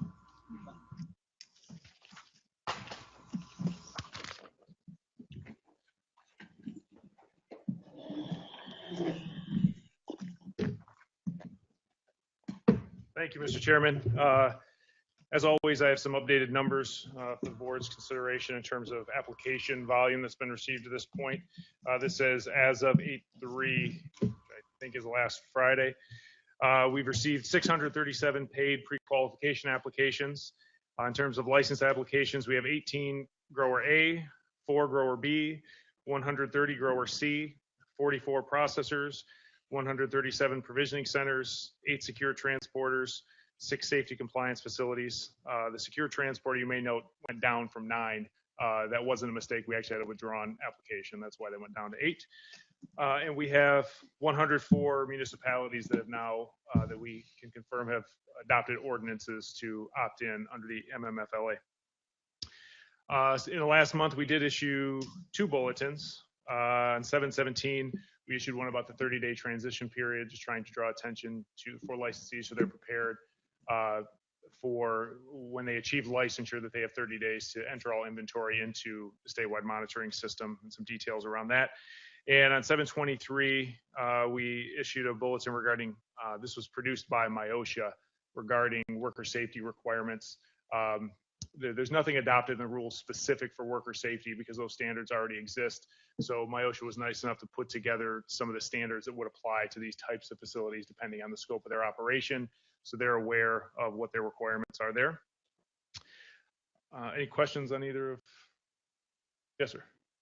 Andrew, so secure transporter number continues to be of some concern to me.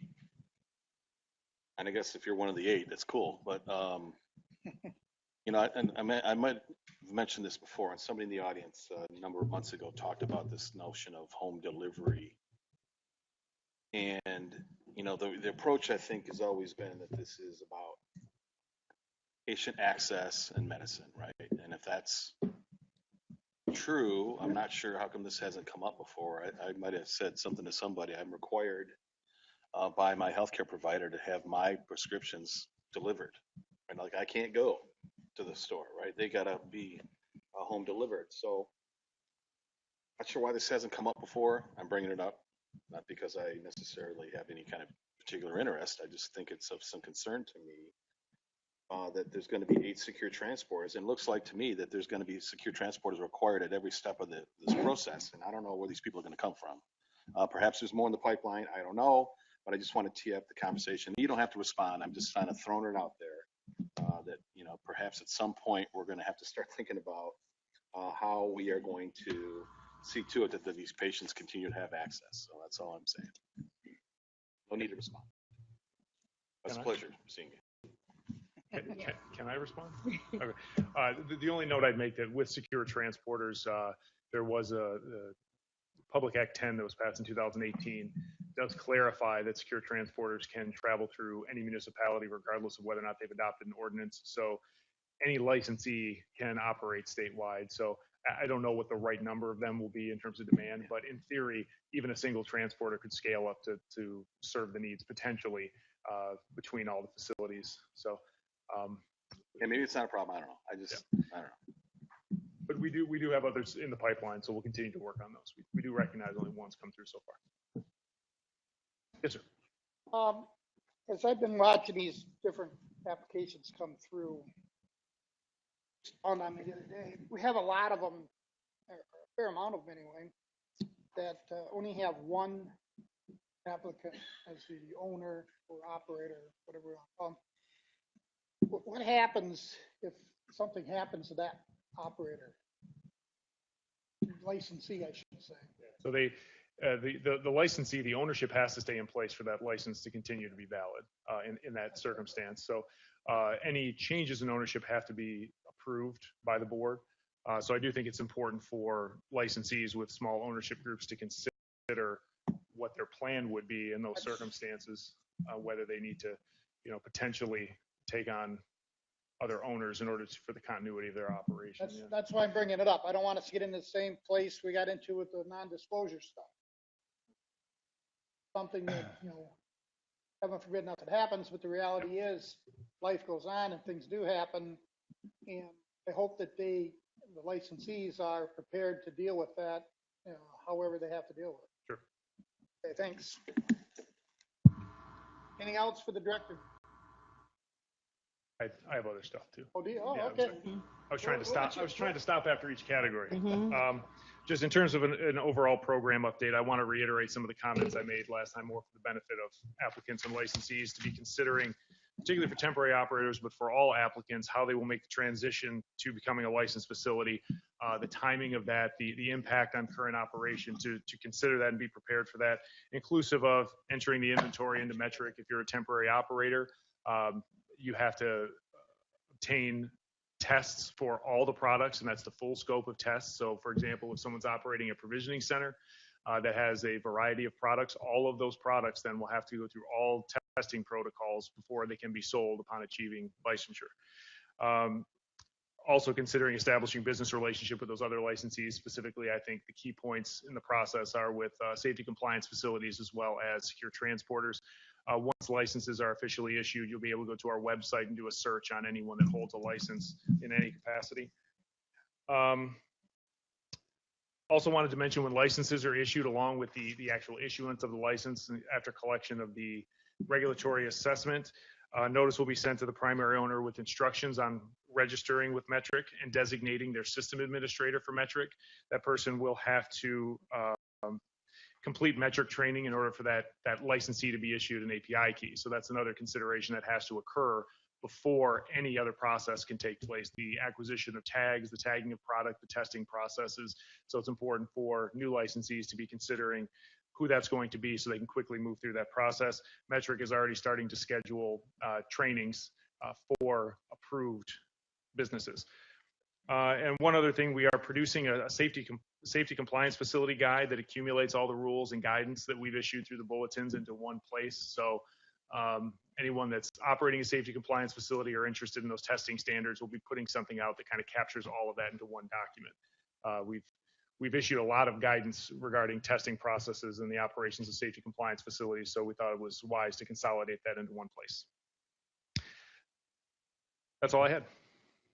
Any other questions for the director?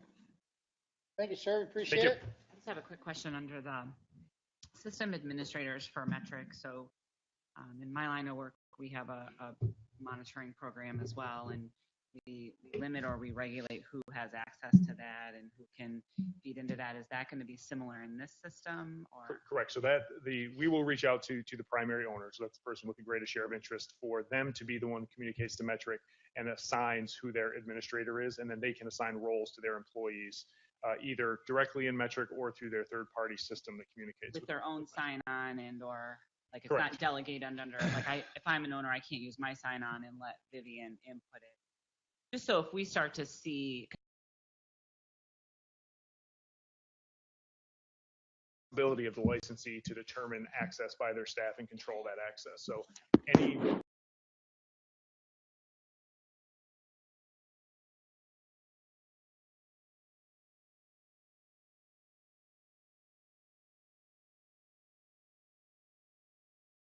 bad information in that system is going to be investigated. We've taken a lot of criticism, we've taken a lot of criticism, every one of us, as far as how much time it's taking us on these applications, between Laura and the board. I know a lot of the criticism has been directed at the board for not approving enough of these, but we've addressed every application that's come in front of us that you've presented. Isn't that pretty much true? Except one. One is still have one pending? Yeah. Oh, yeah, you're right. We do. So all but one, everything that we've been presented, we have dealt with. Correct. Say that.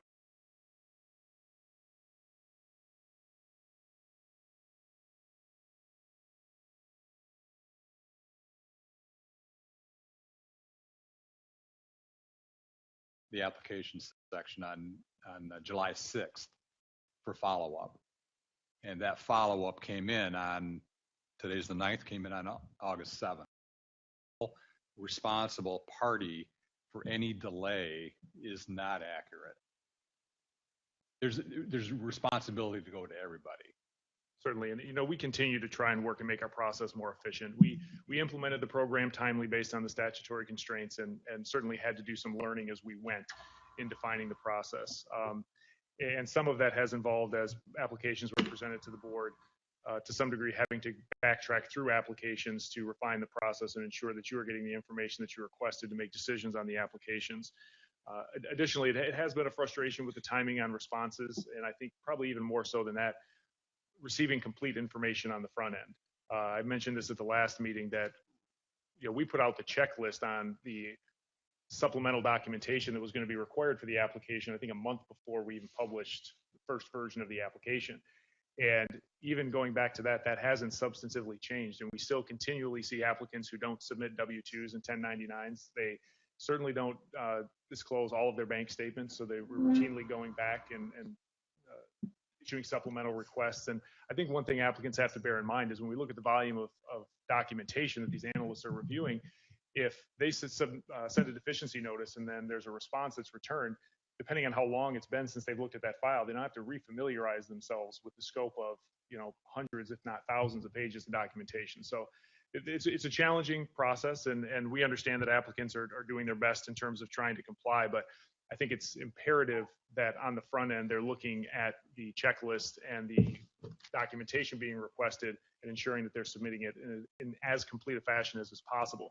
That's not to say that there may not be some back and forth as we review the information and ask questions, but it certainly expedites the process if we have everything at our disposal. And as has been said multiple times, I can't emphasize enough making sure that there are adequate disclosures.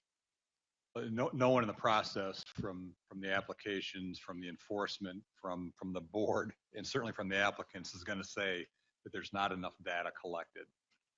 Everybody agrees in the process that there's an incredible amount of data that has to be gone through.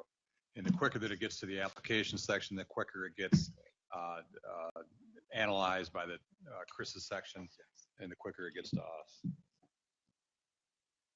While you're standing there, I just want to thank you.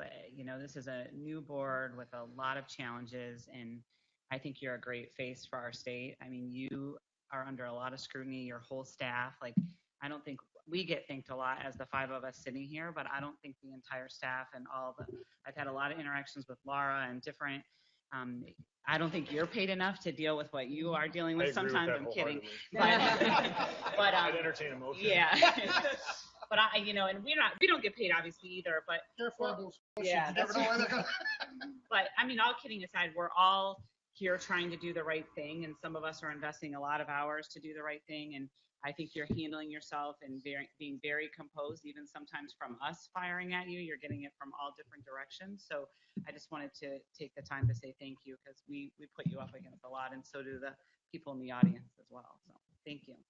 And also, I think you all would be astonished at the level of material that we get to review in terms of what the state actually puts together in response to the application.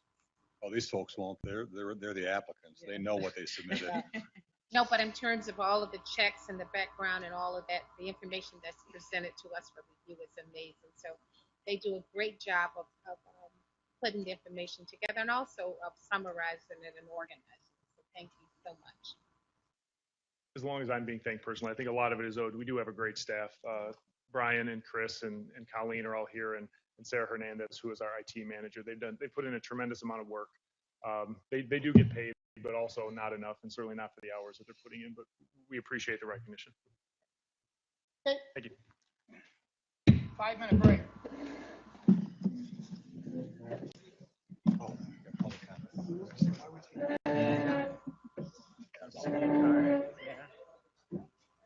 Anybody have anything to say?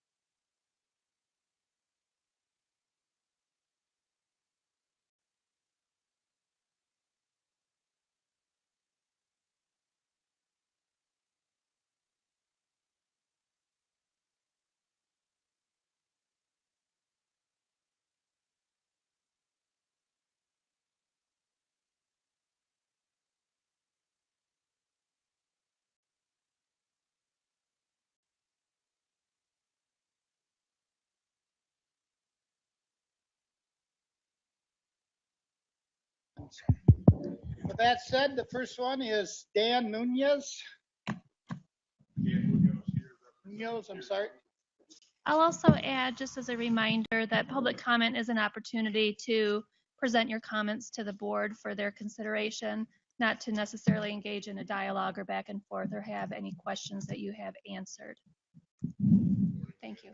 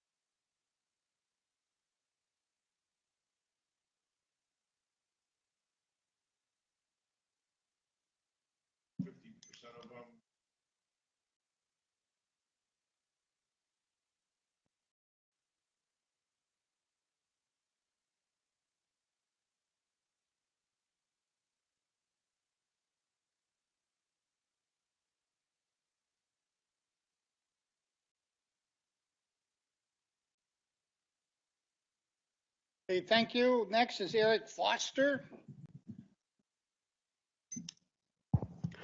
Good morning, board members and attendees. My question is in relationship to the state's efforts to help the banking community to start to work with the cannabis businesses. Following two aspects of federal guidelines, the BSA expectations for regarding marijuana related businesses from February 2014, and the FDIC statement on providing banking services from January 2015, and then the FinCEN guidelines on know your customer, SARS reporting, and monitoring procedures for existing accounts. Are there things that you as a board and Laura can do to encourage or incentivize banks to follow those specific aspects of federal advisory or guidelines that do allow for banks and credit unions to do business with cannabis related businesses, as is happening in Oregon, Washington, and other states, which would help as businesses are going through, especially the transition period for the Rule 19 operators, to have access to banking services during that transition period? Thank you. Thank you. Nathan Schrick. Is that right, Nathan?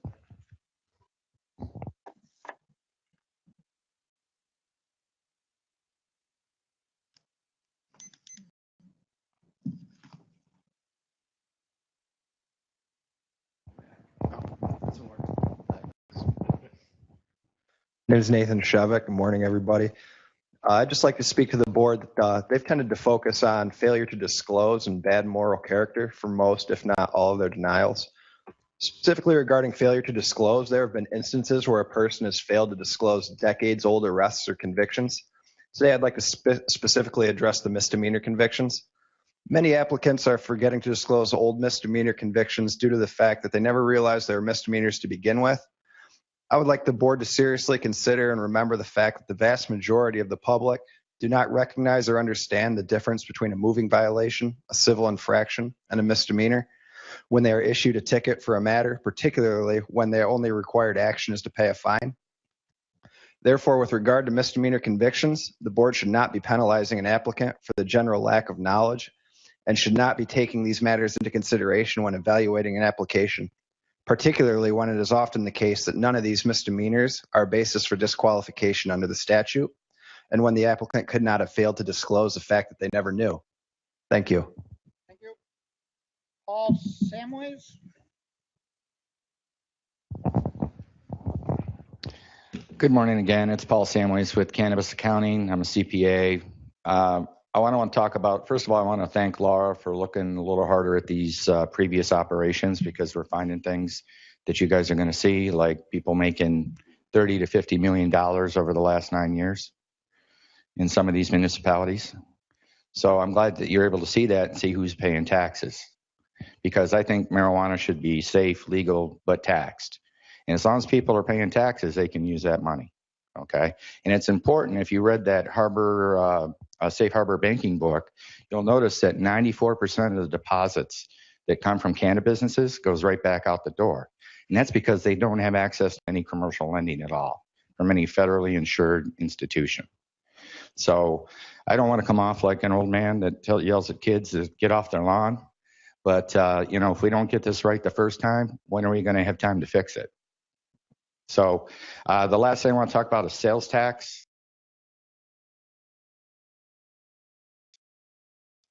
Law is requiring that sales tax is being collected on marijuana sales since the emergency rules are in effect. There's nothing in the emergency rules that refers to sales tax. Laura does not have statutory or constitutional authority to levy sales tax or collect sales tax, but they're doing it in the lobby as a convenience to Treasury, because Treasury is the laziest department in the state of Michigan, next to Civil Service Commission. So, I mean, these guys are working hard, So the point is, Mr. Brisboe has email chain with the director of tax policy at Treasury. Went round and round and round. They did put out a revenue advisory bulletin, or an RAB, on sales tax in January. And if you read the footnotes, number 4 and 6, it clearly says provisioning centers under this or under the MMFLA, and then they give a MMA example where the patients have to pay the sales tax if they're registered primary caregiver. So if you look at cities like Kalkaska, Flint, Ypsilanti, you're only supposed to be selling to your registered patients anyway. So those facilities wouldn't have to pay sales tax, their patients would. Thank you. Thank you. Jackie Langworth?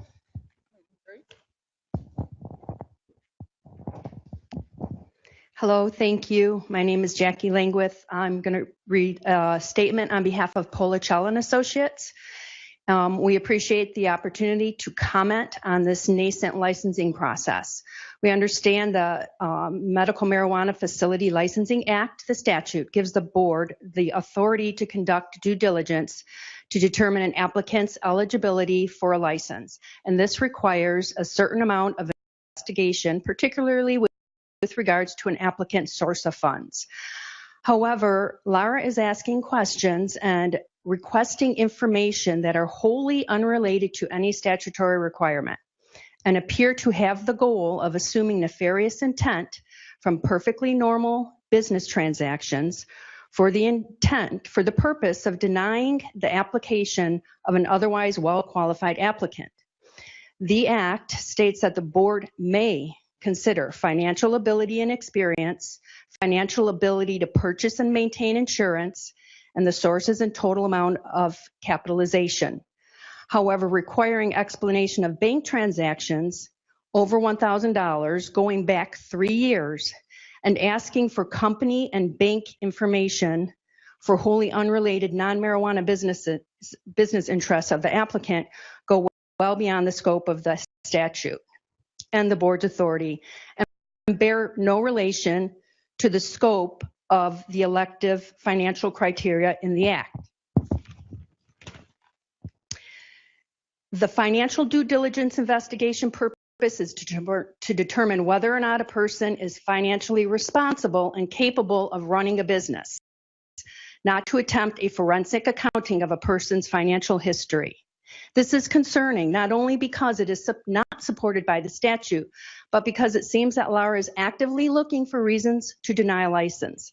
The phrase integrity, moral character, and reputation is not a separate item on the elective list, but is to be considered in total with the personal and business probity, financial ability and experience, and responsibility or means to operate a marijuana facility. But the board has never looked beyond integrity and moral character and reputation. From those objectively viewing the board's action, again, it seems you're only looking for reasons to deny. We urge the board to consider that many of the applicants are non-lawyers who have been doing their very best to follow a rapidly changing, incredibly confusing set of developing laws over the past 10 years. They are entrepreneurs who are seeking to invest their wealth in Michigan to create a local economic growth and jobs. And they are all humans who have voluntarily subjected themselves to an exceedingly intrusive, long, and arduous and expensive process for the privilege of running a highly taxed, highly regulated business in the state of Michigan. Thank you. We respectfully request that you give them the opportunity to do that. Thank you. Rick Thompson? Hi, thank you. I'm Rick Thompson from the Board of Directors of Michigan Normal and MI Legalized, but today I'm just going to speak to you as one of those guys that pays $60 to the state every 2 years to get a license to use medical marijuana. Nothing happens in isolation. We're not complaining so much, I think, about the process by which y'all are approving applications. It's these every 3 months, kick the can down the road deadlines that come up again. And we've got another one in a month. September 15th looms like a dark cloud over all the positivity we've seen here today. We face another administratively initiated industry shutdown in less than a month, or about a month. The shutdown's dictated by legal phrases and financials, but what's really lost in this whole blind action are the people and the families affected by a shutdown. And again, that effect doesn't happen in isolation. September 15th is only 2 months before we face the general election. If you offend voters, some of them show up at the polls. If you inconvenience voters, more show up at the polls. But if you damage voters, they will all show up at the polls. The actions of the board and the MMFA rollout lie directly at the feet of Governor Rick Snyder. He selected 3 of the board members. He selected Director Edgerton and Director Brisboe, who are both doing excellent jobs. If you remove the state's patient support industry from operation, the anger for those patients will fall upon the governor and the Republican Party he's the face of. And it won't just be those patients that are angry. It'll be their parents, their adult children, all the voters associated with them. Those entrenched conservative power players in Michigan should be aware of the electoral damage a September 15th shutdown will undoubtedly cause. I think Bill Schuette, all the down-ticket Republican candidates should take note. Half of the voters in Tuesday's primary voted Republican. Half of the ill people registered as patients are assumably Republican. That party will take a significant hit in the elections if the September 15th shutdown is allowed to take place. Now, I want that shutdown to stop for compassionate reasons. I want that shutdown to stop for logical reasons, and because the industry is not ready to absorb that kind of a hit. But if I have to push political buttons in order to get that September 15th shutdown stopped, then that's what the industry is willing to do. I'll also say, when we say things like there's distinct disadvantage provided to people who are not open, when people who are currently open under the emergency rules are considered, you indicate a bias in your approvals process that creates an actionable issue. That means you can be sued for it. The part of board members, your role in this is not to decide whether Laura's got enough information or whether people have lied to Laura. You're supposed to take the applications you're given and in an unbiased manner determine their validity. We're not seeing that happen today. When we complain about how somebody was allowed to operate for years in the city of Ann Arbor, what you're saying is that the Ann Arbor police didn't do their job, the Washtenaw County police didn't do their job, the Michigan State Police didn't do their job. You're not judge, jury, and executioner on those centers that operated in the gray market or under the emergency rules. You do a disservice to the program and to the situation when you comment like that. Thank you. Devin Loker?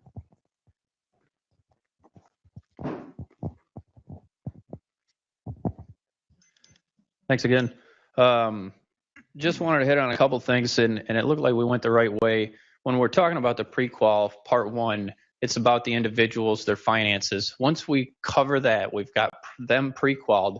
We should be looking at only the building, the cameras, the part 2. I would hate to see a client come back for full licensure and have some, if it's a recently developed issue, that's fine. But if it's some outlier that was there and they passed mustard, I'd hate to see a reconciliation of pre-quals later in the process. Also, there was a statement about a caregiver operation that had made some money, and that was presumed to be inconsistent with the 2008 Act. I don't understand that. I think there was plenty of court decisions allowed these folks to be compensated for their time. If the law doesn't require statutorily the disclosure of traffic offenses, I understand the application very much reads that you would like that stuff, but there's very much a difference between what the law and the statute says and what the application requests. And so when you find that applicants are having a tough time reconciling whether or not they need to disclose certain offenses, a little more discretion would be advised. Thank you. Jeffrey Hain? Thank you, Mr. Chair. You look like you might be going golfing after this with that shirt on you're wearing underneath your jacket. I got a combine I'm headed to. I hope this doesn't take into my time, but here we go. Sales tax, major disconnect with Treasury. Treasury used to tell these people they wouldn't collect the taxes. So, Mr. Bailey, everybody, you got to get Attorney General, Treasury on the same page. I've heard from Samways, multiple accountants, multiple lawyers, different opinions on whether temporary operators should be paying sales tax. There's arguments that this was a service, all these sorts of things, but there ought to be a uniform standard for that, and it probably ought to follow the Treasury memos that people have a reliance upon, particularly for these past operators. And if they try to pay taxes, it seems like they're kind of damned if they do, damned if they didn't. I fully encourage you to go after someone if they're a major crook, but some of these people are just trying to do the right thing. They're not necessarily up to bad, they're getting bad advice from everybody, from the state, from lawyers, from accountants. Second thing, we got to extend the September 15th deadline, as been mentioned. There's not enough patient access. Mr. Bailey, I was in your neck of the woods the other night in Traverse City. A little old lady got up at city council meeting and said, we don't have a single place around here. I don't believe there's been an operator approved up in northern Michigan. All across the state, people are looking for help and for access. So don't keep putting this arbitrary gun to their head on what's going to happen. On the policy, we need an extension to probably at least December, or whenever we think we can get enough applications in. If there's 637 people who filed, maybe 347 step twos, we've only gotten to a small fraction. Those people are trying to serve the market. So you can't say that a dozen people or even 24 people is an adequate market. It's just not. And I think you encourage, well, you don't intend to, but you'll encourage the black market as a result of that. Lastly, and I'm not going to talk about an application. I oversaid this loud enough in the bathroom. I think Chair and Mr. LaMontagne heard me, but I've heard the Attorney General up here multiple times say you can't talk about an applicant, and I'm not going to. And I know you guys don't want to go back and forth with questions because that's not how public comment works. But the United States Supreme Court has routinely, roundly rejected prior restraint. You cannot make content-based speech restrictions only for national security reasons. They are intolerable, and you can't do that, particularly when there's not a reciprocal right if applicants are being talked about up here in something that's not in the application. So I just ask you to get some policies perhaps that would help make this a little easier on everyone. And yes, it's a slow process. We're all frustrated and everybody's trying. And I appreciate that too. This is tough, but it's taken 5 months to get a fingerprint notice. That shouldn't take that long. It should take a week or two after somebody files. So there is a back and forth. The point earlier was correct. An applicant has to produce more information. That takes time too, but I've seen people wait 5 or 6 months to get their first response from the department. So the best you can do to speed it up, and we really need it, and make this happen and help us out here. We're looking to you. This board has more of an ability to create jobs and help people than Bill Schuette or Gretchen Whitmer, who are going to pander to us for the next couple of months. You're the job creators. You're the protectors of these patients. You really are. You 5 people have a lot of power. So use it wisely and use it for our public interest. Thank you. I believe it's Benjamin Wrigley. Am I saying you? Is that right? No. You got to learn to write. Testing. Better. I want to address, first of all, it's Benham, but I want to address something that you said, Chairman Johnson, and I want to do it in the context of post-licensing. Now, I know we're looking ahead, but I'm looking ahead with all of our clients as to situations which I think we're all going to face. Number one is substitution. We have a situation that is where we have someone who's been licensed, multiple owners, and one of the she's has been diagnosed with stage 3. So we have a situation that's going to develop where I just want to make sure that the board understands that if there is a situation, a death, could be a male, could be a female, that does not automatically eliminate the applicant and the license. Now, what are we going to do about substitution? And this is more addressed to Colleen as well, as to the estate or the trust, which then steps into the shoes of the owner. Is there going to be a protocol can we establish as to come before you to discuss that? Because that would then, quote, be a change in ownership. It's no longer the individual, it's now the estate of the trust. The second will deal with additions, and I'm hoping we can develop some protocols as to it. As we move down the line, there are, and Ms. Picard spoke to this about adding people in. I would like to see us be able to develop some protocols and some processes, application forms, whatever you're going to need to add people to these licensed entities. So I'm just asking that we begin to think about that as we move down the line. Thank you. Thank you. That concludes public comment. Down to just before we adjourn, a note at the bottom says our next meeting is September 13th. That will not be on the 13th. That will be on September 10th. Same time, same place.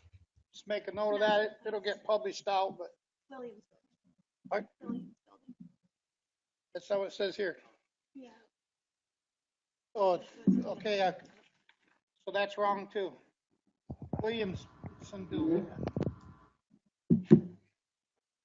I believe the meeting is being rescheduled to September 10th in the Williams Building, and there will be an official change sent out publicly.